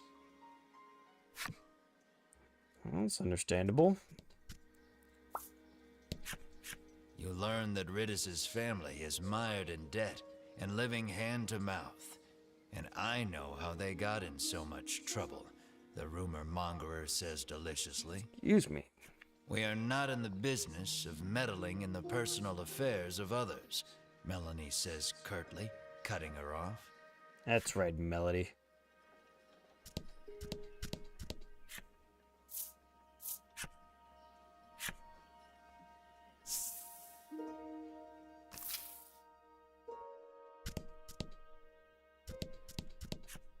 Ridis pores over a book while practicing on the woodland flute. She remains dreadful at it. The instant you begin speaking, she nearly leaps out of her skin and hides the book. She somehow hadn't noticed you.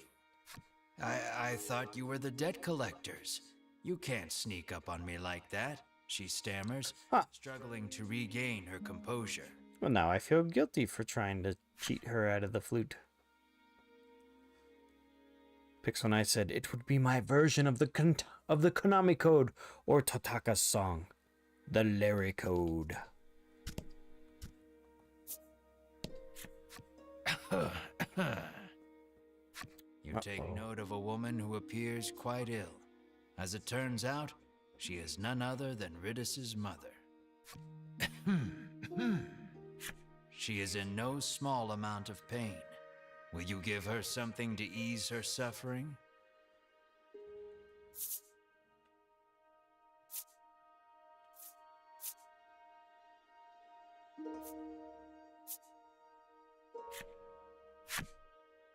The item you've proffered has no effect on her illness. Well, you didn't give me an option to give her a health up. The thought, all the same, she says with a smile. Ridis's mother hands you mysterious card 3 as a token of her gratitude. Well, we're still going in order, so that's good.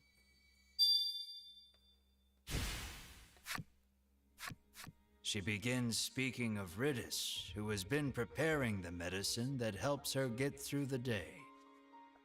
She blames her illness, and therefore herself, for making Ridis's life so difficult. The more she talks, the more her face drops.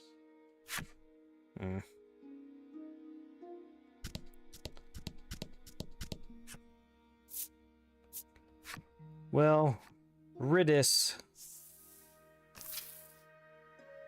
Her design is too ornate for her not to be a party member. All right, let's stay at the inn. Been a while since we've had any outsiders, the innkeeper says, beckoning the party inside. Pixel says, this is why you don't throw away antidotes. I still had antidotes. It turns out this inn is simply a place where the poor lost souls trapped in the bewildering wood may recover. You may stay as long as you like, free of charge. Oh, what a bargain. The wooden dining table practically groans under the weight of the platters upon it, all brimming with meats and vegetables from the bewildering wood. I've certainly earned this, you say to yourself, as you slide into your seat at the table, positively drooling over the feast before you. This is gonna be like one of the, Lotus Melanie takes deal. no note of your boorish behavior, uttering a small prayer of thanksgiving before reaching for a plate of vegetables. Lotus Island or whatever it was called. Mar sits, eyes fixed on the food upon the table, statuesque in his stillness. What a good boy. Mar is a good boy. Oh, Mar clears the entire table in a matter of seconds, even emptying the water barrel in a single gulp. He lets out a self-satisfied burp that sends a small jet of just drank water arcing out onto the floor. Melody's upset. Sun sinks low, and the day draws to a close. See, I really like those events. They keep things A interesting. scream pierces the silence. Fire! You leap out of bed, adrenaline coursing through your veins. The others follow suit, and before long you've burst through the front door and into the street. Riddis's house is ablaze, a nearby villager screams.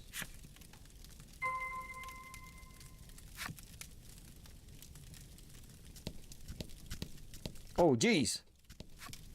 My mother is still inside, Riddis shrieks, darting past you to fetch water from the well south of the village.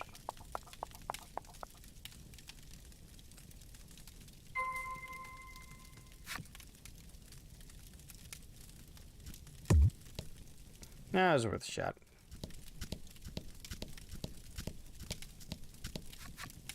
Riddis is gathering water in an attempt to fight the blaze all on her own.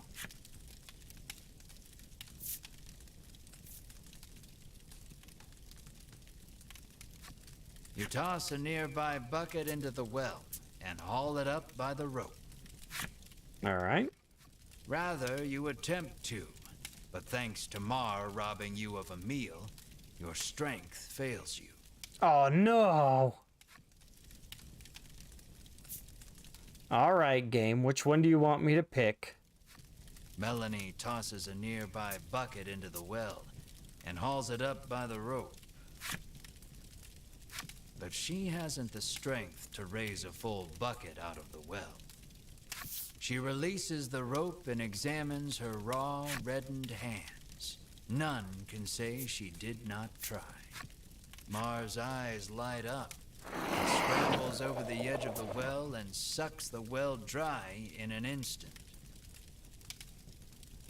Exactly. Dang it, Mar.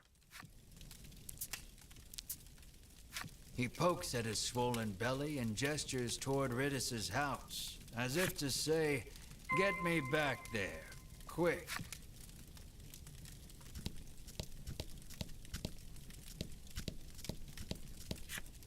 Quickly, put it out. You have to put it out, Riddis screams at Mar. Mar douses the house with the water he sucked up. The fire is Nice. reduced to mere embers, and all is well. Or so you think. Something darts out from behind the house and attacks. Surprise boss fight. Ooh. Happenstance cards. Happenstance cards will trigger during each turn during this battle. Add 2 to all allies' defense. Alright, alright. Happenstance can sometimes occur during battle. You can see their effects with the X button. Alright, let's go with freeze.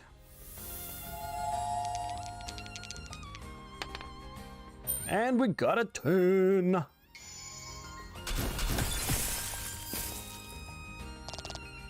Oh?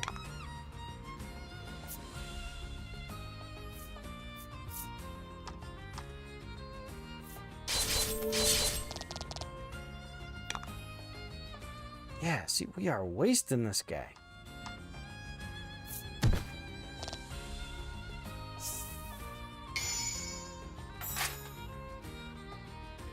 He didn't even get a turn. That's right. You can't stay mad at Mar. He's a good boy.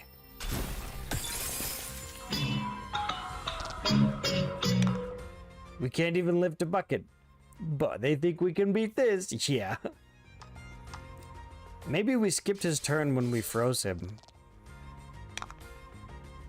Because, yeah, we're wasting him.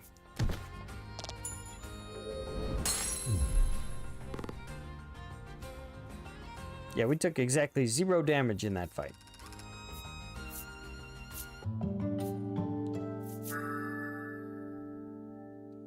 All right, Rolling Claw, bueno bueno. The fiery beast dispatched, you return to putting out the last of the blaze with Mars' help. Ridis's mother, now safe, tells you the creature came out of nowhere and set the house aflame. What would bring a creature of fire to a place like this, you wonder? What do you mean? The whole place is made out of wood. That would do it. The next day. Light breaks on a new day, and the commotion of the fire feels but a nightmare. You lead your party to Ridis's house to ask for safe passage out of the bewildering wood.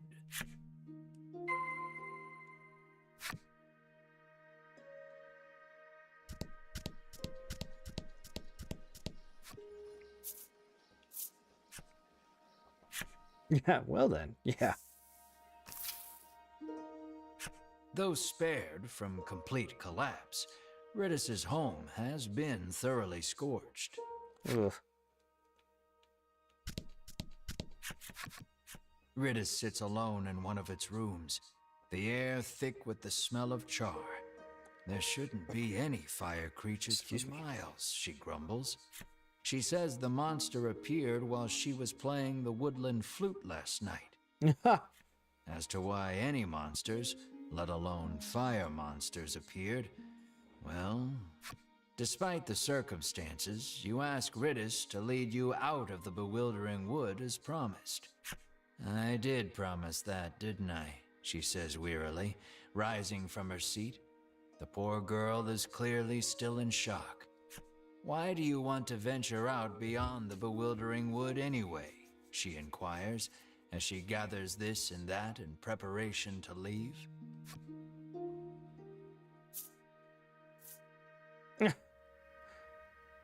Oh, she didn't die. What kind of turn-based RPG is this?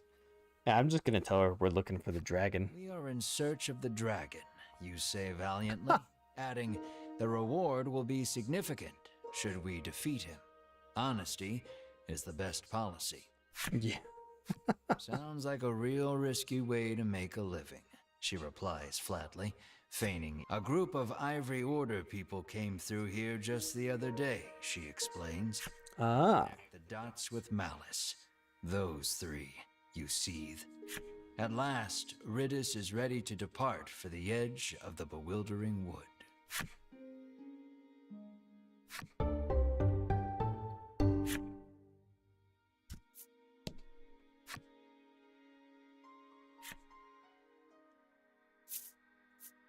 Oh, come on.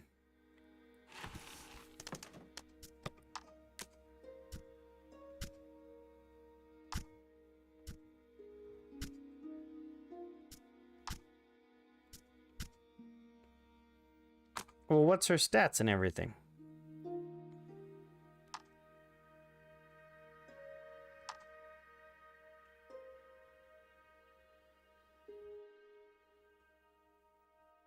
Attack 16, defense 9, speed 11.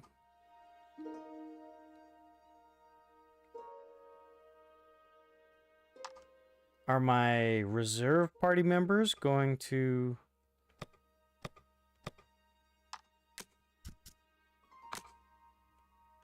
Alright, what skills does Ridus have? Loose arrow, poison arrow, deal dark damage. Quick shot, deal double damage. Okay. Alright. Well, whenever you get a new party member, then I always like to try them out at least a bit. Pixel says, "Oh, you mean the totally not evil guys?" See, and that's the thing. In the last cutscene, the game acknowledged that the Ivory Order was scoundrels or something. I can't remember what word they used, but the game definitely just painted them in a negative light. Pixel says she looks decent in stats, especially speed. Yes, I agree. I guess we should go talk to Ridus's mother one more time. Ridus's mother tells you she was once deceived by a crooked merchant and plunged into debt. Ridus has been working to repay the debt ever since her mother took ill. You lightly press your thumb and forefinger to the corner of each eye, a mixture of sadness and anger swirling within you. You mean the character with the bow uses archery? Wow, what a surprise!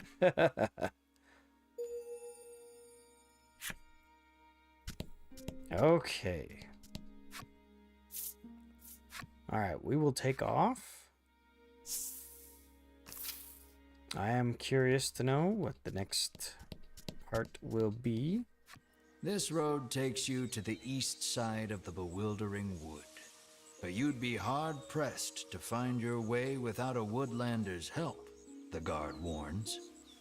Upon seeing that Ridus is with you, he steps aside and lets you through.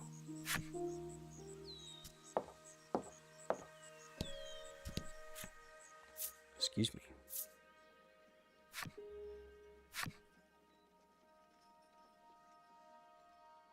The eastern portion of the woods certainly does not want for thick, soupy fog.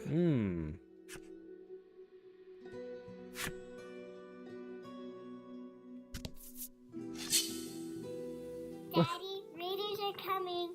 Don't worry, we will defend you. And it's Grizzlage. What is up, Grizzlage? I hope you had a great stream.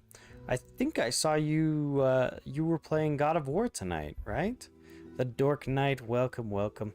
We are playing a very chill RPG. This is called The Voice of Cards, The Isle Dragon. And it's Lone Blonde Wolf. Hello, hello.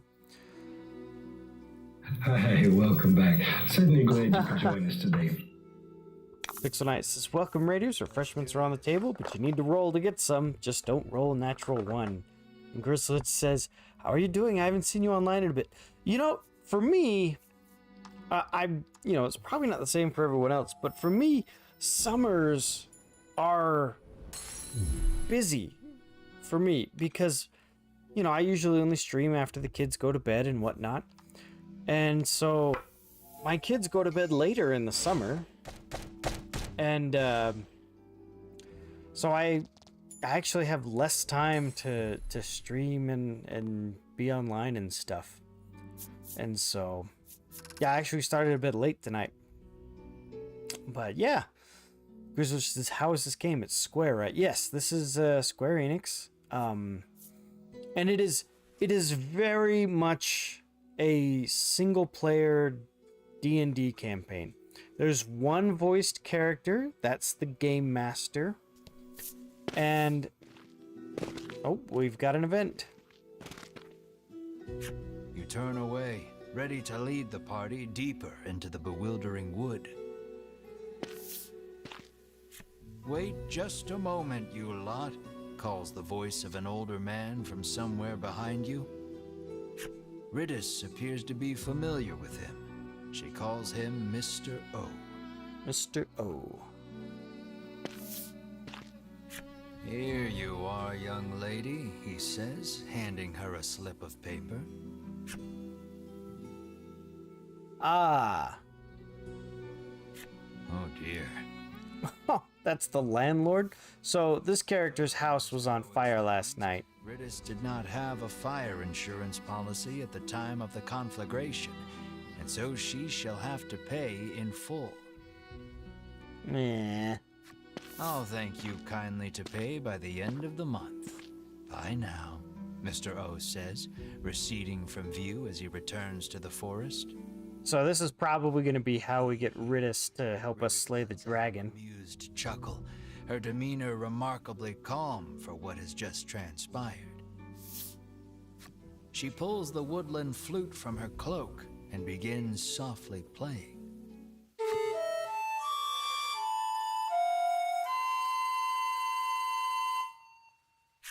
Riddis's ear-splitting performance, shall we say, draws monsters out from behind the trees. Within moments, they are nearly upon you. Oh, goodness. So the other part is, the title is very self-explanatory. It's called Voice of Cards.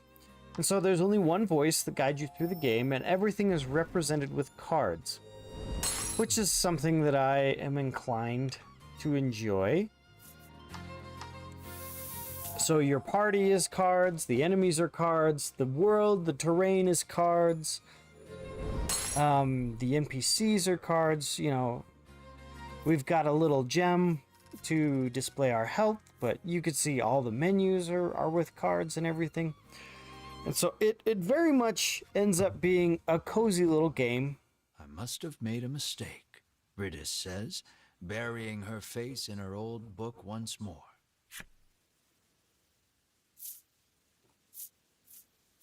What are you reading? Opens the book to a particular page and thrusts it in your face.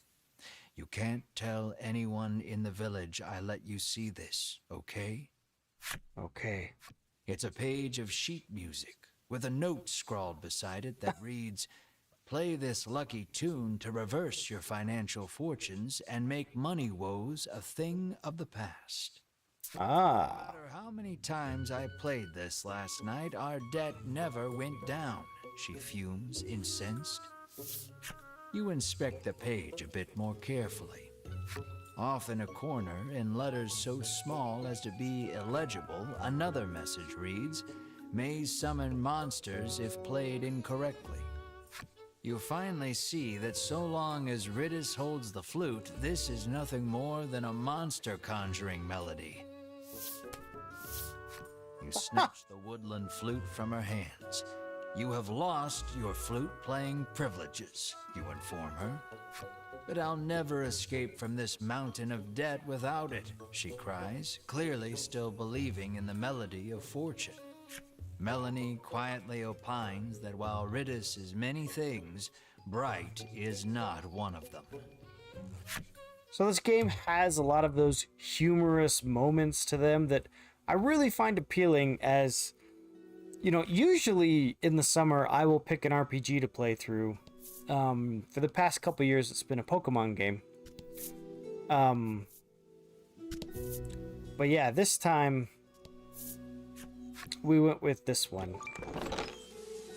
And it's been very fun. Yeah. We get random events along with random encounters. Okay, so we need to roll a 4 or higher to avoid damage. We got a 5. Excellent. We've had that one before, which is why I skipped through it so fast. It makes those random events, it makes failing them more fun. If a game were to just bop you on the head and say, "Ha, you take random damage," it wouldn't be fun. But if they have an amusing deal to go with it, an amusing event, then it makes it more bearable. Did we get exactly the right amount of 6s on that, or was there one extra one? But yeah, thank you for rating, Grizzledge. I hope your stream went well and that you know, things are going good. We're probably gonna go for about 45 more minutes. But yeah, it's always good to see you around the web. Ah, okay. Pixonice says, I've returned with some pie. Well, while you were gone, we took the flute away from Riddis. Okay, so it's the same event. Oh no, we didn't roll a 4 this time. One of the nuts flies off the tree and smacks you right in the head. The pain brings tears to your eyes. You took 8 damage. And that's okay. Wow, this part of the forest is very linear. Grizzly said, of course, I was glad to catch you. I'm close to passing out, so I'm going to get some sleep. Have a great rest of the stream. Well, you have a good night, Grizzly. Thank you again for rating, and yeah, go get some sleep for sure. Let's do quick shot over here.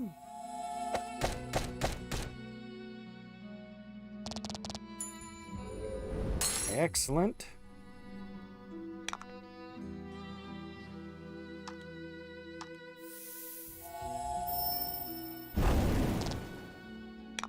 Ooh, weak to fire. I did not know that.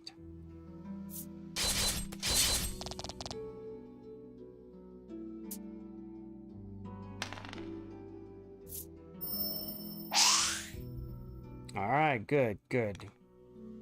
We rolled well. So we'll do quick shot here.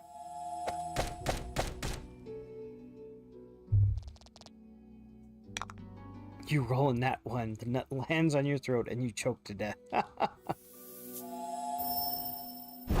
fact, I should probably save the game. I don't think we've saved the game since we entered the forest. Although it does have an autosave feature, which is good.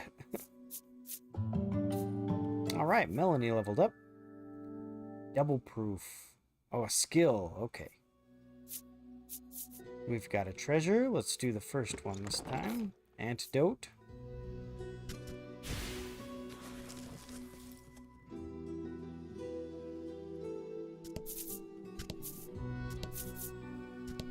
Oh, a chest. Knight's chainmail.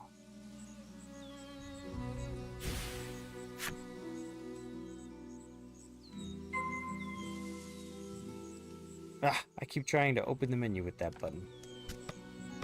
Alright, equipment.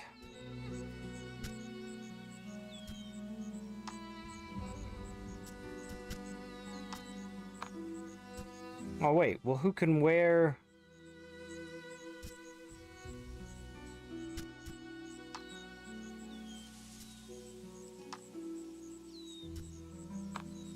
Oh, wait a minute. No, no. Come on, where's that item I just picked up? There it is. Knight's chainmail. There we go.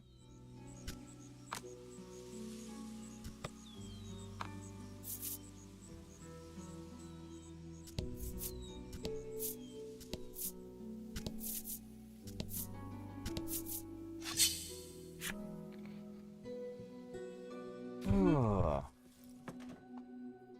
We've been talking a little bit about camping tonight because I'm going, quote-unquote, camping with my in-laws this weekend. Really, it's just a boating trip. I was surprised. The only reason that my in-laws camp is so that they can be really close to the waterfront. And so I actually brought up getting a hotel, and actually the idea went over quite well, with a lot of people wanting to join in and saying, "Oh, I'll go in on that with you."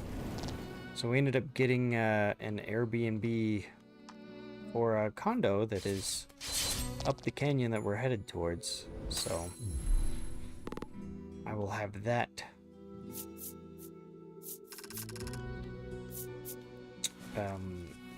this weekend instead of the usual tent.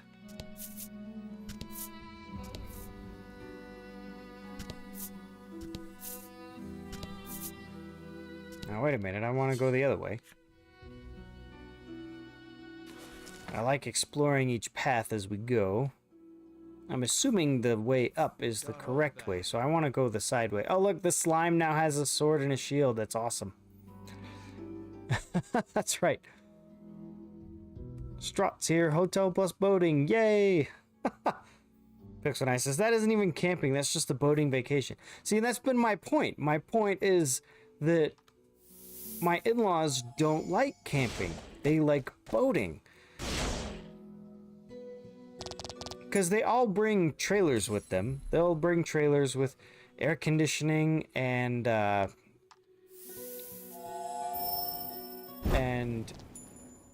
water and waste, and they'll hook it all up. And so, you know, this has always been about boating. But yeah, Strahd, how are things going with you? We started a new RPG. Well, maybe this is the right way.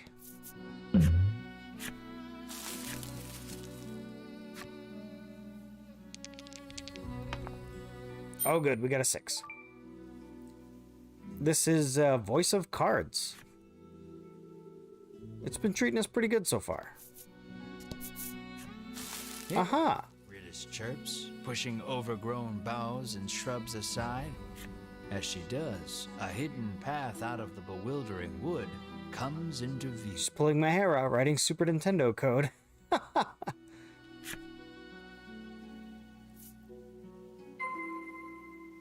Oh. Alright, well, I'm going to go back the other path just to see what's down there. See, we were kind of discussing this earlier. I do want to explore the entire forest. I just don't want to get lost and backtrack through places I've already been. So having this card set up really helps with that.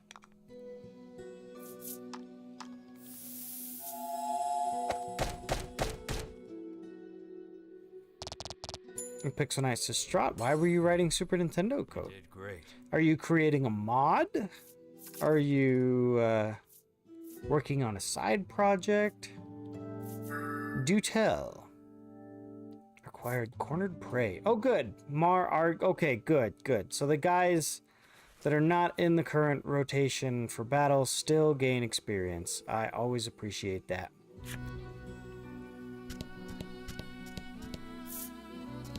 Aha, there was one chest.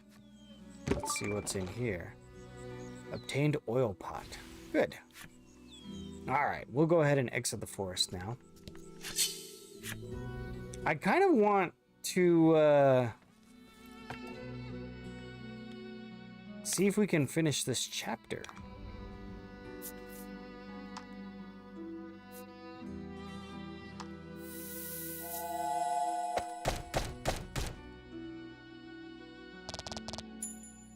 But we will see. Pixel says, is it a ROM hack of Mario World, but everyone is named Larry? Pixel Knight's on a Larry kick tonight.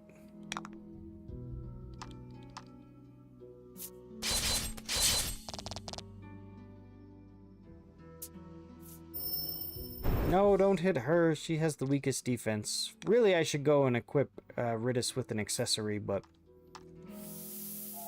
Strahd says, I made a hack combining someone's multiplayer randomizer with someone else's full single-player ROM hack / remake of Super Metroid. A multiplayer randomizer. That sounds interesting. So what language are you using in this?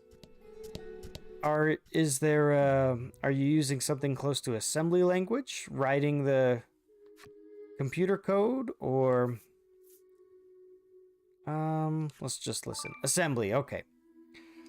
I had to write one when I was in college. I had to write there was one class that I took where we had to write in binary and assembly, and it was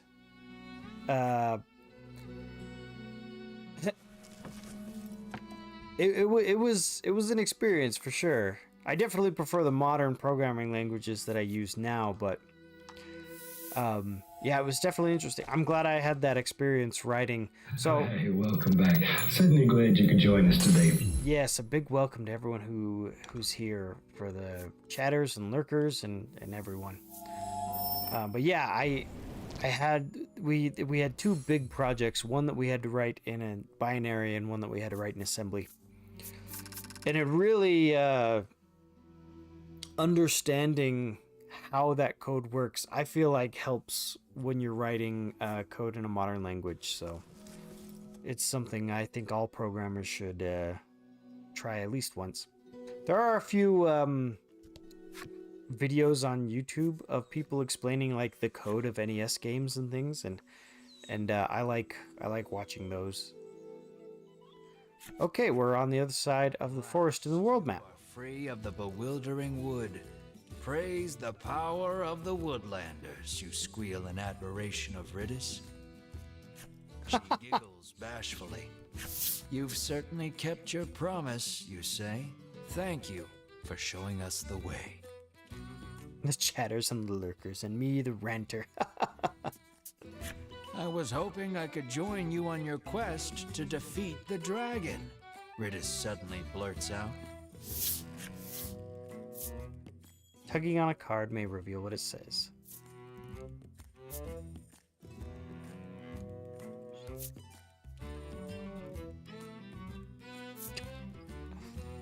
We'll go with this one. Takes out her old book and thrusts another page in your face. This week's creature of fortune is the dragon. Boons may befall those who encounter him. Ah, so Riddis is a bit of an astrologist. It looks like she has an old book that tells fortunes. Melanie's jaw goes slack. What is the deal with this book? Melanie asks, bewildered. I can probably pay off my debt if we can just defeat the dragon, Riddis chirps, revealing her true intentions. No, I won't dilute my share of the riches any further. No more additions to the party, you bark. Ah, that was the option we didn't choose. Have you no heart? Are you just going to leave a young helpless girl like me to drown in an ocean of debt and deal with that crusty old man? Riddis fires back relentlessly. Yeah, careful, Ash. She already outsmarted us once. I want to go. No. So goes the endless chorus of your thoroughly unproductive argument.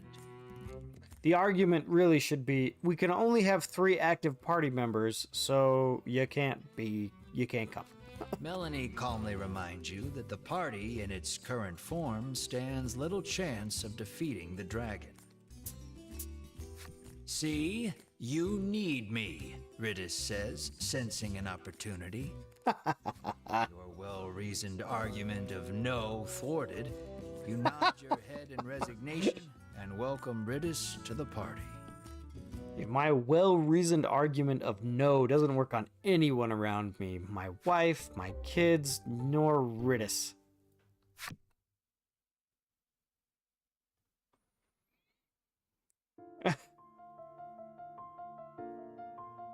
Oh, good.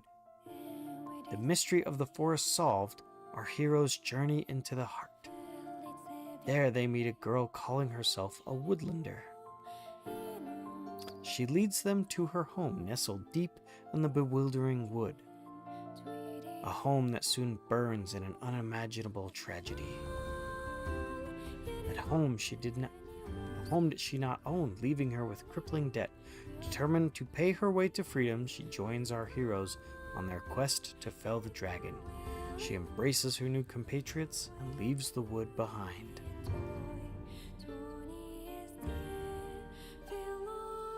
Our next stop, a curious village where monsters and humankind coexist. Chapter 3, Unionville.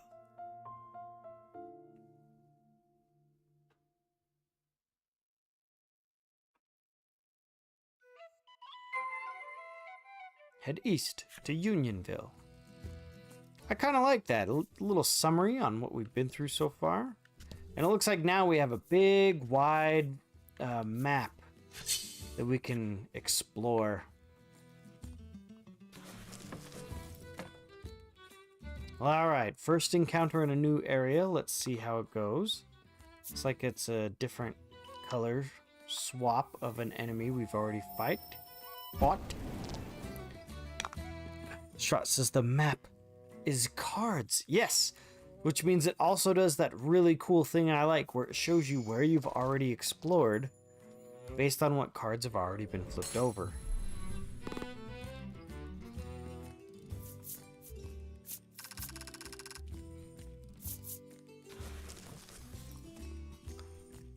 It makes it so that I can just methodically go through and explore the entire map. Oh, there is a road.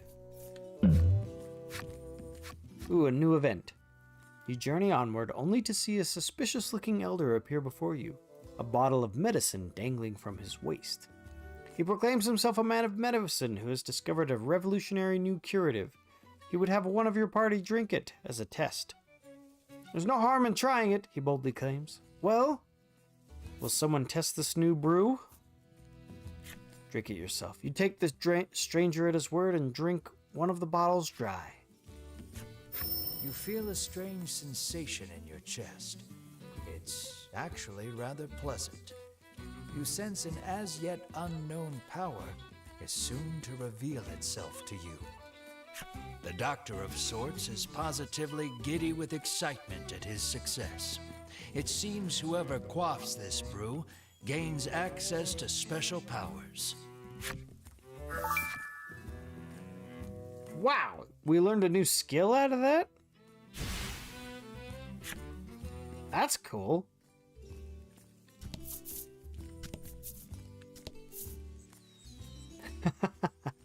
Pixel Knight says, I thought that Onionville for a second.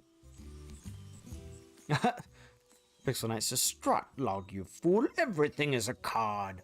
A good leader never gives out an order he won't deal himself, I guess. I just wanted to know if it would be different, because last time we did it, I had Ash drink it, and it ended up dealing damage. So I wanted to know if it would do the same thing. But it turns out it doesn't.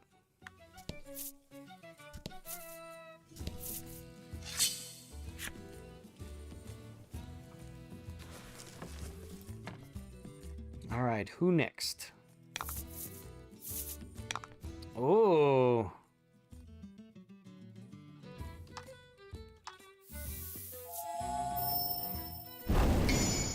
Ah, see, that water monster has 50 defense, but only 10 health.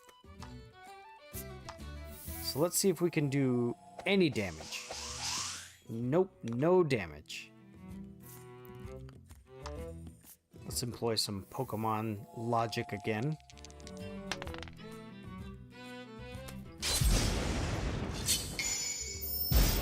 Ah, Pokemon logic works again. Water monsters are weak to Bolt.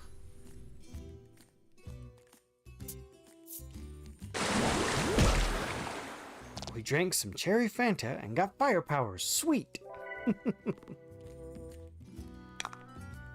Turns out it just gave us really bad heartburn. Oy. Oh, I missed. Darn. Excuse me.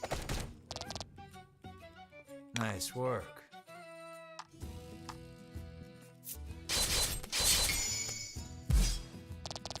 Fortune favors the bold. I don't know, we're getting criticals, but it's not doing very much.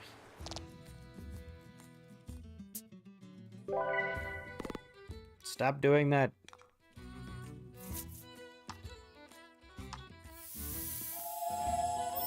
Alright, this should do a bit of damage. Or none, because they all resist bolt damage. Crud.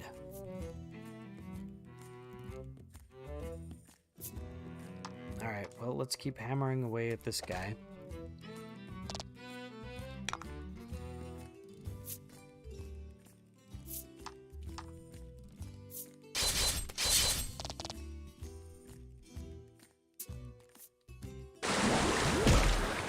Well, they're attacking my party evenly, so I haven't had to worry Oh no, we lost one. Okay, now the question is, does the other guy come in?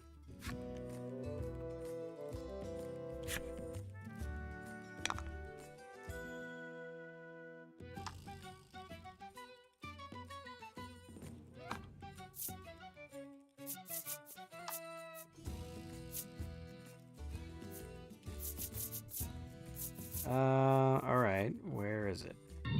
Spire Elixir.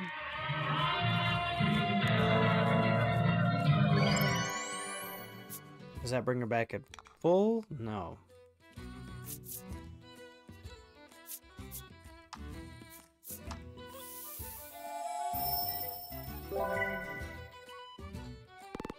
Well, good. I think this is the first battle that we've actually had trouble with.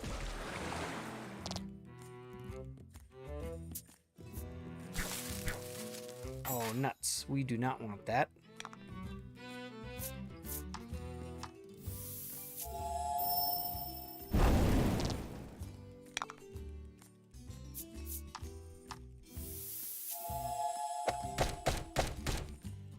Man.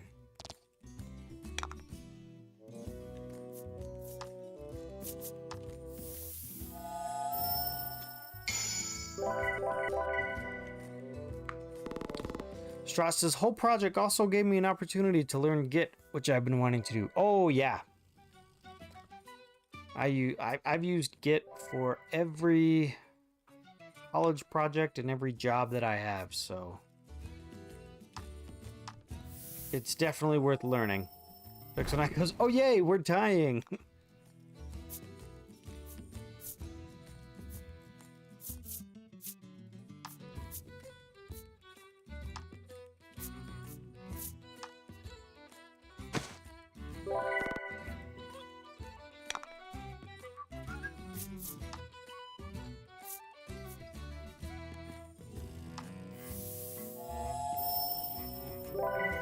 Well, I don't think we have a great,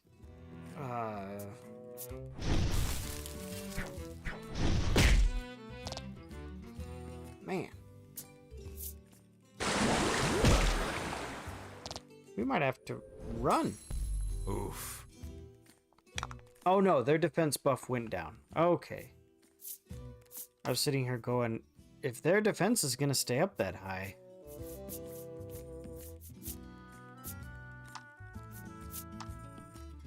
then I don't think we'll be able to.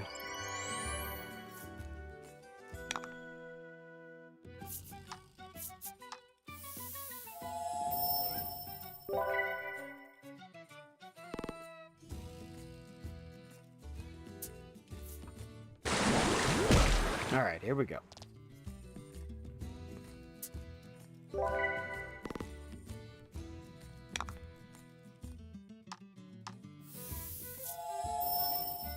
This should do, yeah, this should do a decent amount. And quick shot should finish it off. Yeah, I really like this gem system for selecting attacks instead of using MP.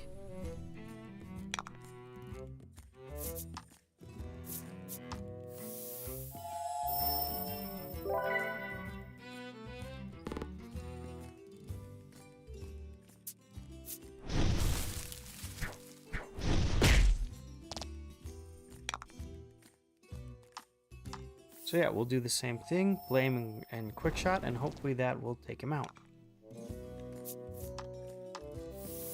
Maybe we won't take him out, but it... Huh. We're getting closer.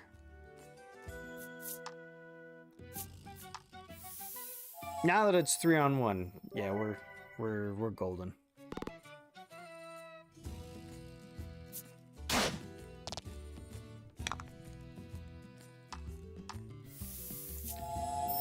Process I learned on SVN and Perforce, which have gone by the wayside almost.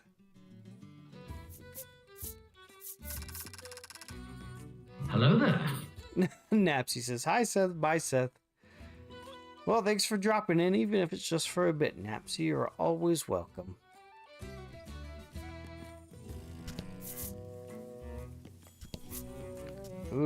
words. What's his name? I know. Wanted to open up this menu. Skills. And we want to use... And we want to put Inferno on. Instead of a Lightning Strike. Yeah.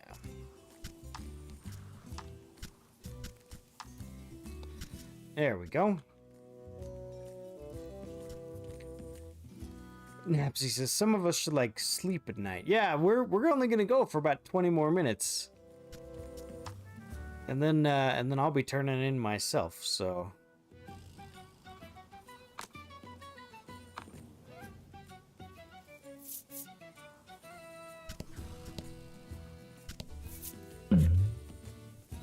all right, this looks interesting. Armor-clad knight stands, exuding an extraordinarily powerful aura. The knight faces you and asks, "Might you be challengers?" No. After sizing you up for a long moment, his shoulders slump and he mutters, "No, you are not yet ready. Grow strong, young ones," he says, then returns to standing in silence. Ooh. It appears he awaits a stalwart warrior to challenge him. I know 3 jerks that you can fight. What was I saying? Yeah, I should probably save the game. I don't think I have since we started. Yeah, the Bewildering Wood. So apparently we're on the Isle of Bliss now. Interesting. Pixel Knight says you get 0 stats for any rangers. You get classes, but no stats for any of the main rangers. Form any of the shows. And Pixel Knight says, what's sleep?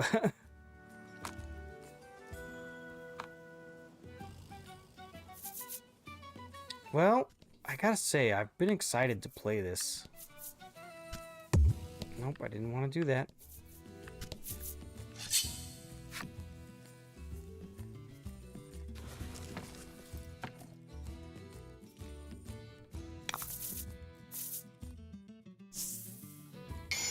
Ooh, happenstance. These have all been good so far.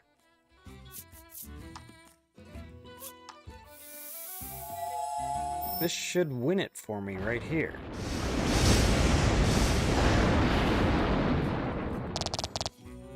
Close.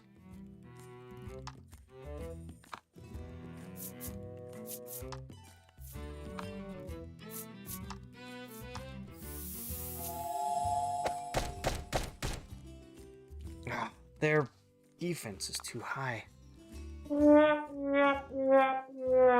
Pixel says, meaning I have to make the ones I plan on appearing in the campaign myself. Ah. Okay. I did this wrong. I took away my bolt spell.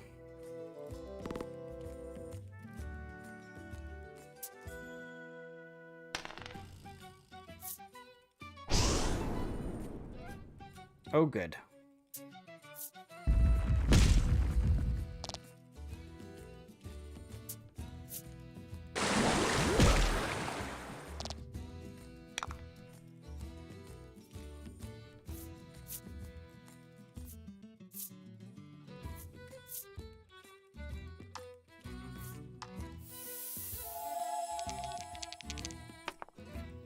All right, we got a 10.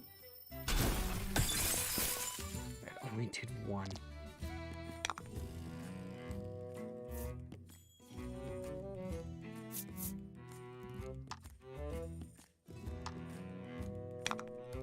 All right, we'll pass there, pass there. That'll give us 3 crystals. So when we get back to our mage, we can cast Thunderstorm again.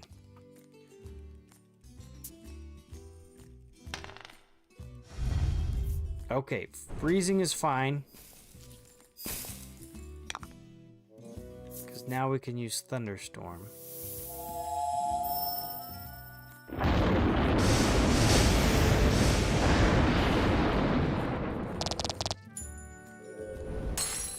Goodness.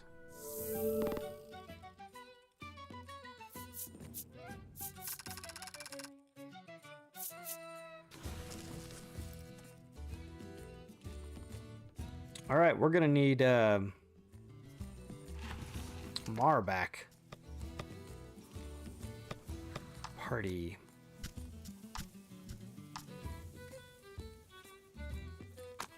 There we go.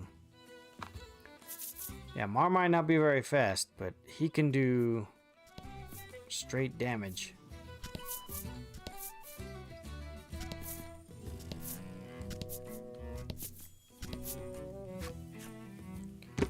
We found a treasure chest. At least for the goons, I could probably just use putty stats. Another event. A bizarre rock appeared.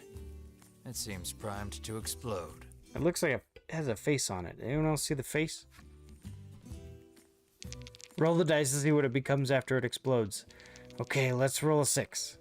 A 1. This is not going to be good. The bizarre rock transformed into a treasure rock. Oh, all right. Awesome. Hello there. Hey, Bonzinator. Was working on some stuff and have you up. Well, good, good. I try to make my streams lurk friendly by doing things like reading chat out loud but we're playing a game that has a narrator, so I haven't had to narrate the game too much.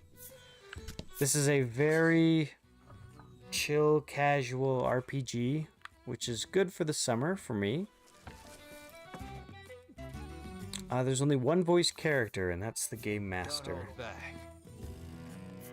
Alright. Let's do blame. Engineer, this is perfect. Yeah, we're gonna go for about 15 more minutes. Alright, this should take him out. Boom, we win.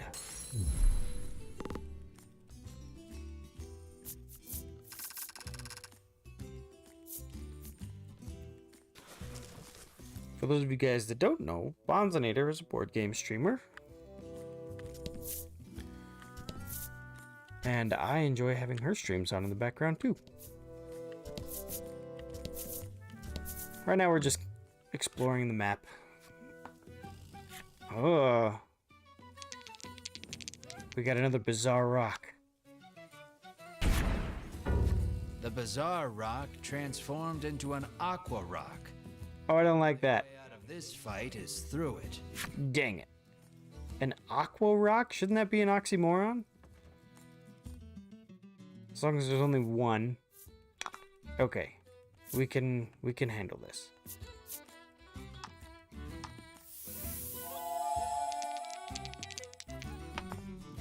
All right, we got a 10.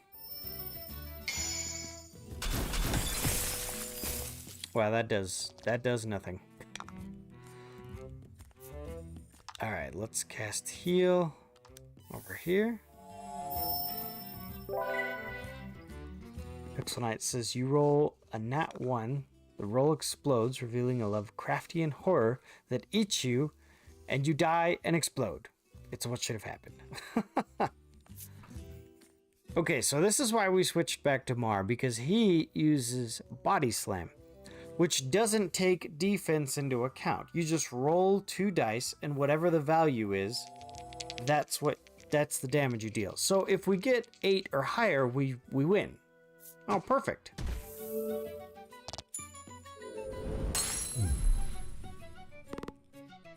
Wait a minute, how did we deal 22?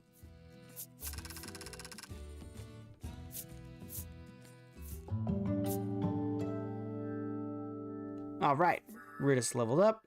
Ready, aim, fire. Add 10 to your own attack for 2 turns. Aha! That will be helpful.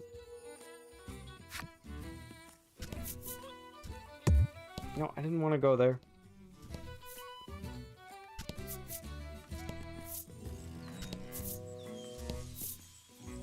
Aha, another treasure chest. 1,000 gold. Perfect. An enemy appears.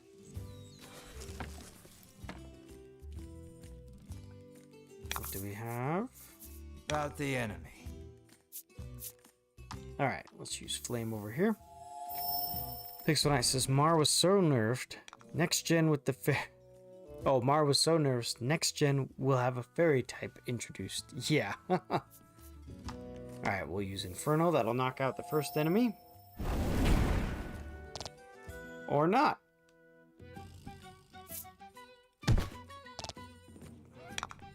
Mar will wrap it up. Come on. Way to go, Mar.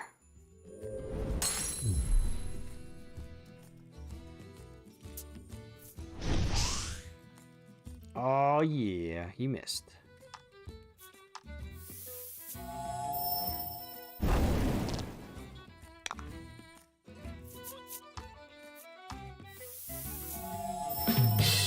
Yeah, I get it. So I says, get it? Pokemon joke? So in Pokemon, the dragon type was considered overpowered. So in Generation 6 of the Pokemon games, they released a new type called the fairy type. And the fairy type was strong against dragons, which is what makes the joke funny. There you go. Pixel Knight says, it's okay, you didn't get it, Seth, because you had slow start, which is another Pokemon ability. I'm still thinking about somehow getting that graphic on for slow start. It's funny because I felt like I started up quick after I hit the go live button. Which is what makes the joke funny.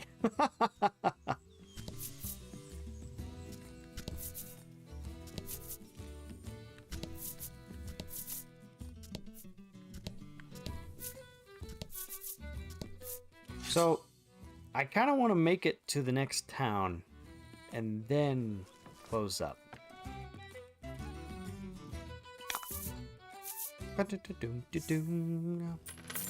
Ooh, happenstance. I like that. I really like that. Oh, just gonna randomly include. Oh, we only rolled a 1. Luckily, we still get the damage.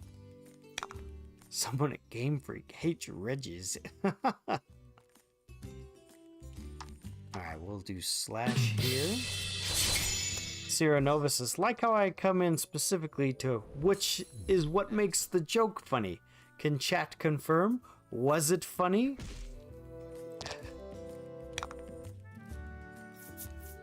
I don't know.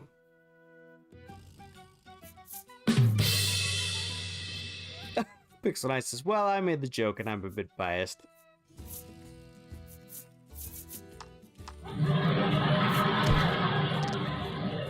I'm not laughing at any of this, if you really wanted to know.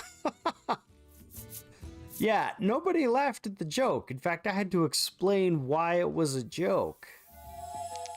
But we still enjoy having Pixel Knight around, for sure, for sure.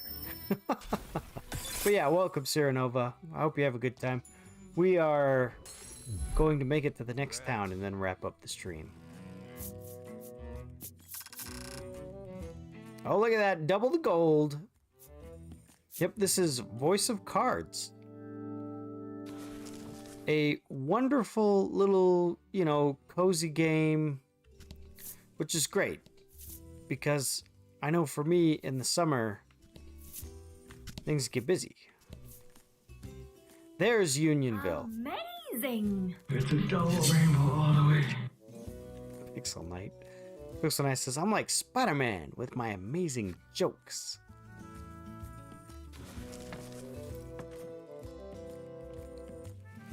Alright, let's go see what's up with this shrine. Oh, excuse me. Ooh, Sierra Nova says, Pixel Knight, you can't tell their jokes behind the mask. Hates.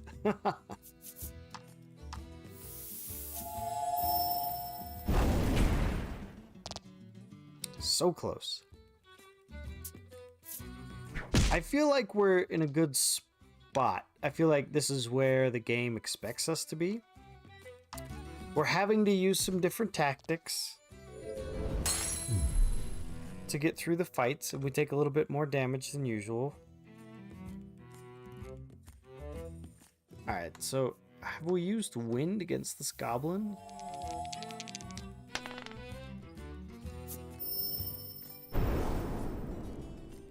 Ah, goblins are weak to wind. Interesting.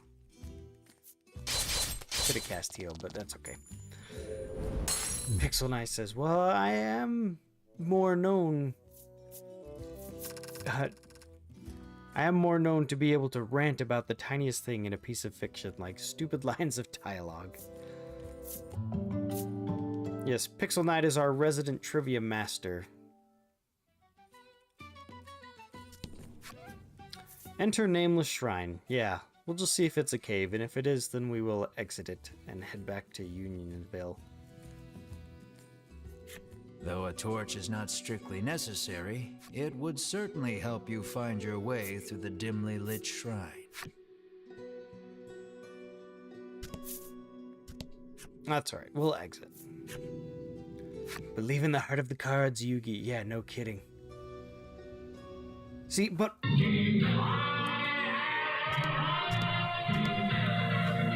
But that's one of the great things about the game, is it has happenstance cards that appear randomly and can help or harm us. So yeah, all of the... You know, when you're playing a card game, randomness is inherent to the game. And so having randomness be included in an RPG that uses a medium of cards is very good, in my book.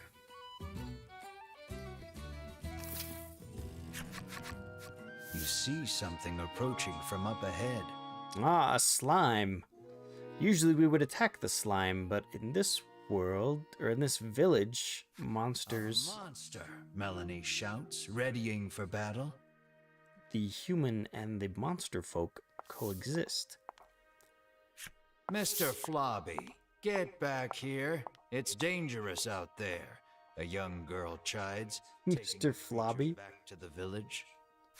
It seems you've finally arrived at Unionville, a village where humans and monsters live together in peace.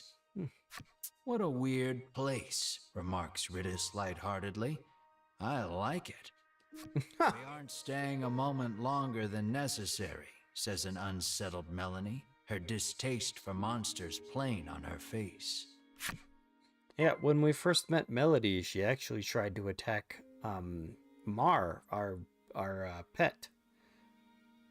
Ask the denizens of Unionville what they know about the dragon. Okay. What we're going to do is let's pop into here and hit save.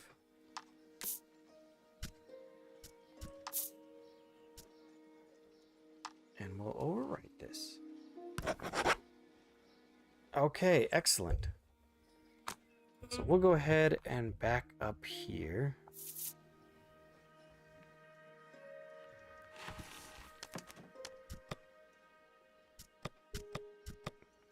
Should we check some of the character cards that the backsides of some of the characters?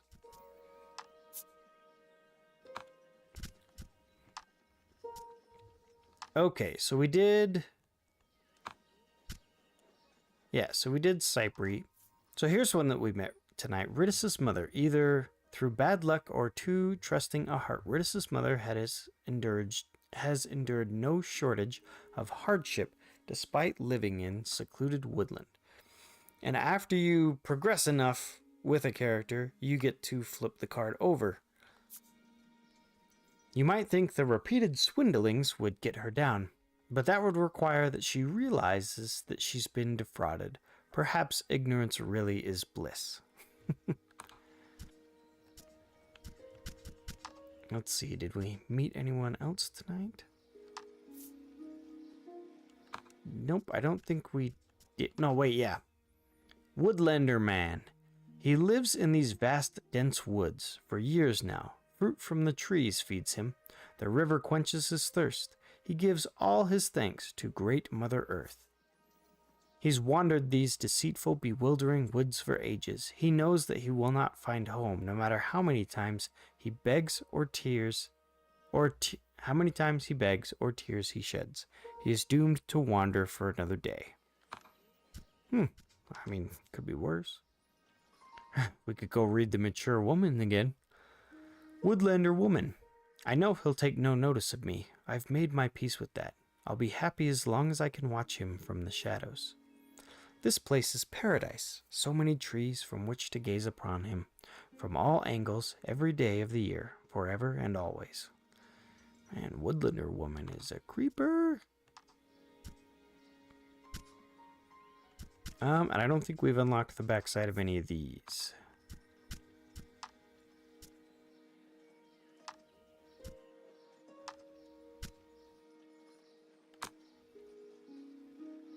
Okay.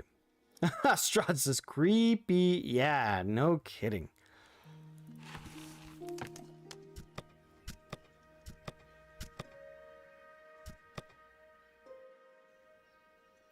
Let's see.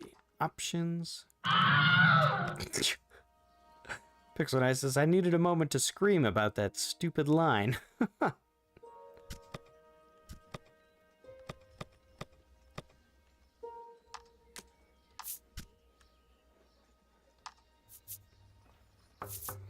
All right. Oh, hey, she's a stalker. Yes.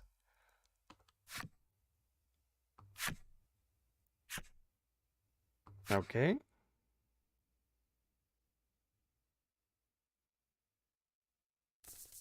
There we go.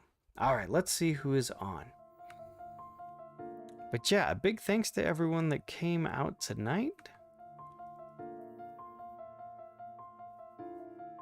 Oh, we've been having a good time just playing chill games, which is what we usually do in the summer.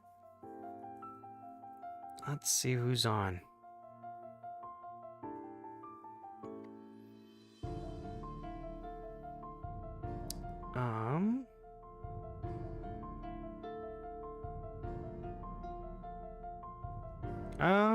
It looks like Art of Mana is on, playing Donut Dodo.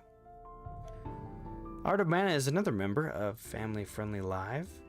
Let's go pay him a visit. So let me get a raid started.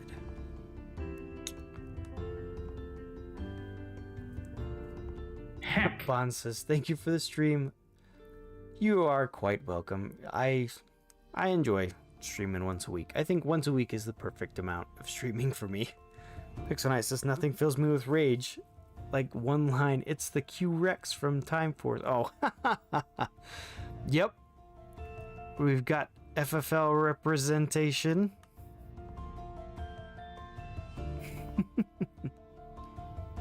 And the reason why I go back to the title screen is I really enjoy this title theme. So, yep, we'll be doing this again next Tuesday. We're going to continue with Voice of Cards. So yeah, have a good night, everyone. If you want to follow along, Art of Mana will be there to entertain you. He's definitely approved. He's another gamer dad streamer, so we're going to go visit him. So yeah, have a good night, everyone. We'll see you next week.